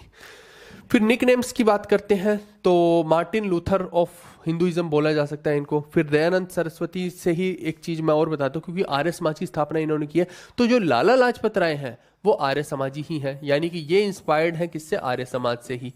और भगत सिंह बोला जाएगा तो वो लाला लाजपत राय को फॉलो करते हैं, तो वो भी अगेन जो है आगे चल के हम बोलेंगे कि आर्य समाज की फिलोसफी से ही प्रेरित है। ठीक है भाई, और ये सारी की सारी पंजाब में ही है, यानी कि आप देखो कि काफ़ी समय आगे तक जो है आपको इसका इंपैक्ट देखने को मिलता है। फिर Dayanand Saraswati is associated with the Tibet home theory of Aryans. मैंने अभी आपको समझाया कि वो बोल रहे हैं कि आर्यंस जो तिब्बत से आए हैं, लेकिन इसका कहीं कोई प्रूफ नहीं, ये इनकी एक थ्योरी है ना, जो उनके दिमाग की उपज है। जरूरी नहीं कि आर्यंस तिब्बत से आए, ये कहीं मेंशन्ड नहीं है ना। कुछ लोग तो बोल रहे हैं वो इंडो यूरोपियन है, वो तो यूरोप से आए हैं, कोई कुछ बोल रहा है, कोई कुछ बोल रहा है, तो क्या कह सकते हैं, आर्कटिक सर्कल की थ्योरी दे दी है ना बीजी तिलक साहब ने, पर क्या इसका ये मतलब है कि वो वहीं से आए, ये कहीं पे भी मेंशन नहीं है। और आप देखिए कि ये जो हो रहा था ना, इसका एक बहुत बड़े इंपैक्ट्स भी हमें देखने को मिले। स्वामी शरदानंद की हत्या, हमें बहुत बड़ा इंपैक्ट देखने को मिला इस चीज़ का। फिर आगे चल के जो पंजाब के अंदर भिंडरावाला, संत भिंडरावाले आते हैं ना, उनका एक इशू क्रिएट हुआ, ऑपरेशन ब्लू स्टार हुआ, बहुत सारे लोगों के अंदर इनसिक्योरिटी पैदा हुई कि हम एक तरह से गुलाम है क्या यहाँ पे, है ना। बहुत सारे सिख धर्म के लोग के बीच में भी एक इशू क्रिएट होना शुरू हो गया, क्यों, इसी की वजह से, है ना। तो अब ये देखिए कि ये एक जेन्युइन इनसिक्योरिटी हो रही थी कि जिन लोगों ने पूरा का पूरा, पहले तो पंजाब की डिवीजन हो गई, फिर वहाँ के लोगों के अंदर इनसिक्योरिटी पैदा हो गई, जिसकी वजह से आप देखिए कि ऑपरेशन ब्लू स्टार तक की नौबत आ गई। आप देखो आपके हाथ सामने ही सामने हुआ ये, तो अगर देखा जाए तो बहुत सारे लोगों ने के पेरेंट्स ने देखा ही होगा, है ना, 1984 का सीन जो हुआ है। चलिए छोड़िए, उन चीज़ों में नहीं जाते हैं। फिर Lala Lajpat Rai was active member of Arya Samaj, ये मैंने आपको बता ही दिया है। अच्छा, एम क्या था, तो मैंने वैसे भी आपको बताया कि जो लोग टूट चुके हैं हिंदू धर्म से, वापस से उनको उस शाखा में लेके आना। और दूसरा क्या है कि मकौले वगैरह ने जो है इंग्लिश एजुकेशन को बहुत ज़्यादा बढ़ावा दिया था, तो ये चाह रहे थे कि वापस से वैदिक एजुकेशन में लोग आ जाएं। तो आप मेरे को बताओ कि इतना टाइम इनको हो गया, आ गए लोग वैदिक एजुकेशन में, कितने के लोग आए हैं वैदिक एजुकेशन में, आप मेरे को बता दीजिए, है ना। जबकि आप देखिए कि ये समय की डिमांड है कि आपको आगे बढ़ना ही पड़ेगा। आप देखो कि आप इंग्लिश, ब्रिटिशर ये बोलते हैं कि हमारी एक किताब आपकी पूरी की पूरी अरब लाइब्रेरी के बराबर है, कि अरब लाइब्रेरी की पूरी एक किताब और हमारी एक किताब, पूरी अरब की लाइब्रेरी की जितनी भी किताबें हैं, दैट इज इक्विवेलेंट टू एक किताब of Britishers. Basically they are just focusing on the application part. और इस तरफ अगर आप देखोगे, अरब के देश हो गए, है ना, या जितने भी आप देखिए देश हो गए, वो सारे केवल और केवल चीज़ों को भरने में प्रयास कर रहे हैं, किताबों को भरने में प्रयास कर रहे हैं। तो एप्लीकेशन पार्ट जो है कहीं ना कहीं वीक रह रहा है। जबकि आप भारत का अगर बहुत एंशिएंट कल्चर उठा के देखते हैं तो भारत के लोग भी एप्लीकेशन पार्ट में बिलीव कर रहे थे, लेकिन धीरे धीरे वो एप्लीकेशन तो खत्म हो गया और नॉलेज वाला पार्ट या फिर कहें कि किताबी ज्ञान जो है वो ज़्यादा चल गया। तो इसीलिए आप देखिए कि ब्रिटिशर्स ने या फिर यूरोप वाले लोगों ने इस चीज़ को प्रूव किया है। तो प्रूव किया है तो आज उनकी मॉडर्न टेक्नोलॉजी या फिर मॉडर्न एजुकेशन जो है, इंग्लिश को आप पढ़ रहे हो, बात खत्म होती है यहीं पे। क्या कर सकते हो, समय की जो डिमांड है आप उसको छोड़ नहीं सकते हो, कुछ भी नहीं कर सकते इस चीज़ का, है ना। आपको बदलना ही पड़ेगा, चेंज इज एटर्नल, आप कितना ही बोल दीजिए, है ना। और सबसे बड़ी बात तो ये है कि अगर आपको अपने बाप दादाओं के प्रेज करके अपनी महानता बतानी पड़े तो इससे ज़्यादा बुरी बात कुछ नहीं होगी। अगर महानता बतानी है तो आप खुद कुछ महान काम करके बताइए, तो उसमें अपने आप ही महानता झलक जाएगी, है ना, कि हम कितने बड़े हैं। आज इसरो इतने बड़े बड़े इन्वेंशंस कर रहा है, तो क्या हम ये बोल रहे हैं कि नहीं नहीं आर्यभट्ट ने ये किया था, क्या सिर्फ उस चीज से हमारी महानता सिद्ध होगी? नहीं। आज अगर इसरो जो है नासा के साथ खड़ा हो गया उसके सामने कि भैया इतने बड़े बड़े इनोवेशंस कर रहा है, तो उससे महानता भारत की सिद्ध होती है कि हाँ भारत भी पीछे नहीं है। ठीक है, डीआरडीओ इतने इनोवेशंस कर रहा है, उससे भारत की महानता सिद्ध होती है ना। आज हम बिना किसी की सहायता के अगर चांद तक पहुंच रहे हैं, वो हमारी महान बात है भारत की, कि हम मॉडर्न में भी विश्वगुरु बन सकते हैं। वहां से भारत की महानता का पता लगता है, ना कि पुराने लोगों को उठा के हम रेफरेंस देते, वो तो अपने टाइम में अच्छा करके तुम क्या कर रहे हो फिर, है हम यहाँ पे निब्बा निब्बी खेलते रहे क्या, या छपरी कल्चर को प्रमोट करते रहे? तो वो सोचने वाली चीज़ें हैं बहुत ज़्यादा, है ना। तो उतना समय नहीं है कि उस पर डिस्कस कर पाए। इसके बाद आप देखिए कि ये इन काट दो, आर्य महिला समाज was founded bye Pandita Ramabai. ये क्वेश्चन पेपर में भी आ रखा है, आगे भी आ सकता है। तो ये पहली ऐसी वुमेन थी who was awarded the title of Pandita. ठीक है, तो इनके बारे में इसीलिए मैंने बोला कि इंपॉर्टेंट है। और इनको कैसरे हिंद भी मिला है 1919 में, इनकी सोशल सर्विसेज के कारण। यही कैसरे हिंद गांधी जी को भी मिल रखा था मेडल, है ना, और इनको भी कैसरे हिंद मिला है। चलिए अब मैं कुछ सवाल आपसे करता हूं, फिर आप करते हैं। क्या बोल रहे हैं फिर तो भारत की हिंदू पॉपुलेशन में कुछ मुस्लिम भी कन्वर्ट हुए होंगे इस हिसाब से। बिल्कुल बिल्कुल, जो मुस्लिम धर्म भी है, आप इवन अगर इंडिया के अंदर मैक्सिमम मुस्लिम्स देख रहे हो तो वो कन्वर्टेड ही हैं। ये मैं आपके बात का उत्तर दे देता हूँ अनुराग भाई कि मैक्सिमम जो हिंदू भारत में मुस्लिम आप देख रहे हो they are all are converted maximum, ठीक है। तो ये मत सोचो आप। इवन अगर मैं आपको फनी बात एक बताता हूँ, है ना, जो बाबर है, बाबर अपने आप को किनका वंशज बता रहा है? मंगोलों का बता रहा है। सबसे फनी बात आज मैं आपको बताने वाला हूं जो शायद कोई बता भी नहीं रहा होगा, टीचरों को तो पता भी नहीं होगा, आधों को तो। बाबर अपने आप को मंगोलों का वंशज बताता है दोस्तों। और आपको शायद लगता होगा कि बाबर जो है वो इस्लाम धर्म को कबूल किए हुए है तो मंगोल भी इस्लामी थे। जी नहीं, जितने भी मंगोल थे वो तो बौद्ध थे। लो, आज मैं तुम्हारे सारे वहम ही मिटा देता हूं, बाकी छोड़ो। और भारत में आकर मुगल काल में जितने कन्वर्शन हुए हैं वो हमारे सामने है कि अगर आप इस्लाम में कन्वर्ट नहीं हो रहे तो कितने अत्याचार हो रहे हैं आपके ऊपर, उसकी गिनती तो आप कर ही नहीं सकते हो। आप छोड़ो बाकी चीजों को, बाबर के खुद के जो बाप दादा हैं उनको उठा के देख लो, मंगोलों को, वो तो खुद बौद्ध धर्म को फॉलो करते हैं। छोड़ो बाकी की बातें, बात ही खत्म कर देता हूं एक ही लाइन में। Belur Math was founded by which of the following social reformers in British India. तो बेलूर मठ किसने फाउंड किया ये बताने की बात है क्या? स्वामी विवेकानंद साहब ने किया। भाई साहब इसमें क्या सोचने की बात है? Which of the following social reformer of 19th century India was the author of Stri Purush तुलना। तो स्त्री पुरुष तुलना का अगर बोला जाएगा तो ये लेटेस्ट में क्वेश्चन आया भाई, तो स्वर्णा कुमारी देवी ने जो है ये लिखी है। आर्य समाज किसने फाउंड किया? बॉम्बे के अंदर किया है 1875 में। तो भाई साहब स्वामी दयानंद सरस्वती ने किया, बिल्कुल। Who among the following is primarily connected to the World's Parliament of Religion convened in Chicago? तो शिकागो की पार्लियामेंट इतनी इंपॉर्टेंट है भाई, लेटेस्ट में क्वेश्चन आया और किताब में मैंने डाल रखा है, पहले से ही डाल रखा है ना, तो आपको इधर उधर भटकने की जरूरत नहीं, एक ही जगह पे संगठित कर दिया मैंने, ठीक है।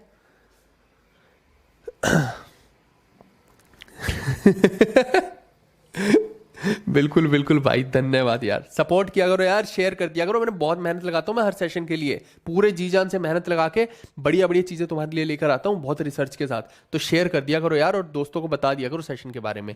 हु फाउंडेड द ब्रह्मो समाज इन कलकत्ता इन 1828? तो ये ब्रह्मो समाज की स्थापना भाई साहब राजा राम मोहन रॉय कर रहे हैं, सीधी सी बात है ना। और आगे अगले ही साल 1829 में क्या करते हैं? सती प्रथा को खत्म करने की। तो 28 और 29 दोनों ही इंपॉर्टेंट और बेंटिक के टाइम के हैं। Who among the following founded the आत्मीय सभा इन 1815? तो आत्मीय सभा का भी यही हो जाएंगे, ठीक है। Who suggested the law of British government passed in 1856 to support widow remarriage? तो भाई कैनिंग के टाइम की बात है, मैंने पहले भी आपको बताया था। और इसी टाइम के आसपास 57 के बाद जो है 58 में जाके जो सारी की सारी पावर ट्रांसफर भी कैनिंग के टाइम पे, और ये पहला वाइसरॉय भी यही है, आखिरी गवर्नर जनरल अगर बोलेंगे, है ना, ईस्ट इंडिया कंपनी का तो यही है। उसके बाद ईस्ट इंडिया कंपनी खत्म हुई और ब्रिटिश गवर्नमेंट आ गई थी। तो इस टाइम पे ईश्वर चंद्र विद्यासागर ने जो है ये किया। लेकिन वहीं पे आप समझो कि अगर इसका ड्राफ्ट पूछ लेता, ये तो लिखा है पास कब किया है, अगर यहां पे ड्राफ्ट की बात हो जाती तो ड्राफ्ट किसके टाइम का है? तो वो डलहौजी के टाइम का है। तो डलहौजी को ड्राफ्ट दिया जा चुका था। Which governor general of British India help Raja Ram Mohan Roy legally abolish the sati प्रथा? तो बेंटिक के टाइम पे भाई, बेंटिक ने तो हेल्प की थी, लॉर्ड विलियम बेंटिक।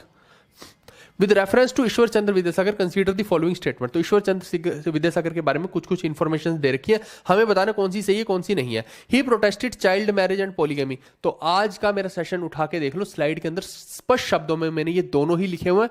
और विडो रीमैरिज, ये 3 पॉइंट मेजर थे ईश्वर चंद्र विद्यासागर के, उठा के देख लो स्लाइड को, मैंने लिखा हुआ है। Due to his efforts the first Hindu widow remarriage act आया। बिल्कुल सही बात है, ये भी सही है और ये भी सही है। He was primary known for his scholarship in Persian language? भाई पर्शियन लैंग्वेज के लिए साथ इंस्पायर्ड नहीं था वो वेस्टर्न कल्चर और इंडियन कल्चर को एमलगामेट कर रहे थे, मैंने पहले भी आपको बताया। तो वेस्टर्न कल्चर में पर्शियन लैंग्वेज को नहीं लेते। पर्शियन तो मैंने अभी तो बताया कि ब्रिटिशर तो खुद बोल रहे हैं कि हमारी किताब जो है अरब की कोई भी एक लाइब्रेरी उठा लो, उसके सारी की सारी लाइब्रेरी के बराबर है हमारी एक किताब। तो वो वेस्टर्न कल्चर जो मैं बोल रहा हूँ, यूरोप के कल्चर को बोल रहा हूँ, वेस्ट का बात हो रही है ना। तो ये पर्शिया की बात नहीं हो रही है। अरबी किताबों को पढ़ के कुछ नहीं मिलने वाला। आप 100 किताब पढ़ोगे तो उससे अच्छा है कि एक ब्रिटिशर की किताब पढ़ लो, वो खुद बोलते हैं। तो ये जो कॉन्टेक्स्ट है ये सही नहीं है ना। तो ए और बी इसका उत्तर है, ये रहा, ये बी इसका सही उत्तर है। इसलिए मैंने बोला कि आज का जो सेशन है ना, इससे मैच द फॉलोइंग भी बन सकते हैं, इससे स्टेटमेंट वाले भी बन सकते हैं। तो आप ध्यान से पढ़ लेना, ठीक है। मजा आ गया ना? धन्यवाद भाई, धन्यवाद। Love for Assam, love from Assam. धन्यवाद भवानी देवी, धन्यवाद सबका। Who among the following freedom fighter is known as Desh Bandhu? इसका उत्तर जो बच्चा नीचे देख के ही उत्तर दिया जा रहा है वो गलत ही बोलेगा। भगत सिंह इसका उत्तर नहीं है। देश बंधु किसको बोला जाता था? चित्तरंजन दास को। और स्वराज पार्टी का निर्माण किसने किया था? स्वराज पार्टी का भी इन्होंने ही किया था, मोतीलाल नेहरू के साथ मिलके, तो ध्यान रखना। Who regarded Veda as the source of all knowledge and known for the slogan "Go back to Vedas"? तो go back to Vedas, Veda he supreme authority है। कौन बोल रहा है यहाँ पे, है ना? जब उनको लग रहा है कि पूरा का पूरा वैदिक कल्चर नष्ट हो रहा है तो उसको वापस से ऊपर लेकर जाने की कोशिश कौन कर रहा है? दयानंद सरस्वती कर रहे हैं। ये उत्तर है। Which of the following social organisation was founded by Swami Dayanand Saraswati in 1875? तो बॉम्बे के अंदर वो क्या कर रहे हैं? आर्य समाज कहाँ है? ये रहा। कहाँ पे कर रहे हैं? बॉम्बे में। कब कर रहे हैं? 1875 में। ये तीनों इंफॉर्मेशन आपको पता होनी चाहिए, आ सकती हैं।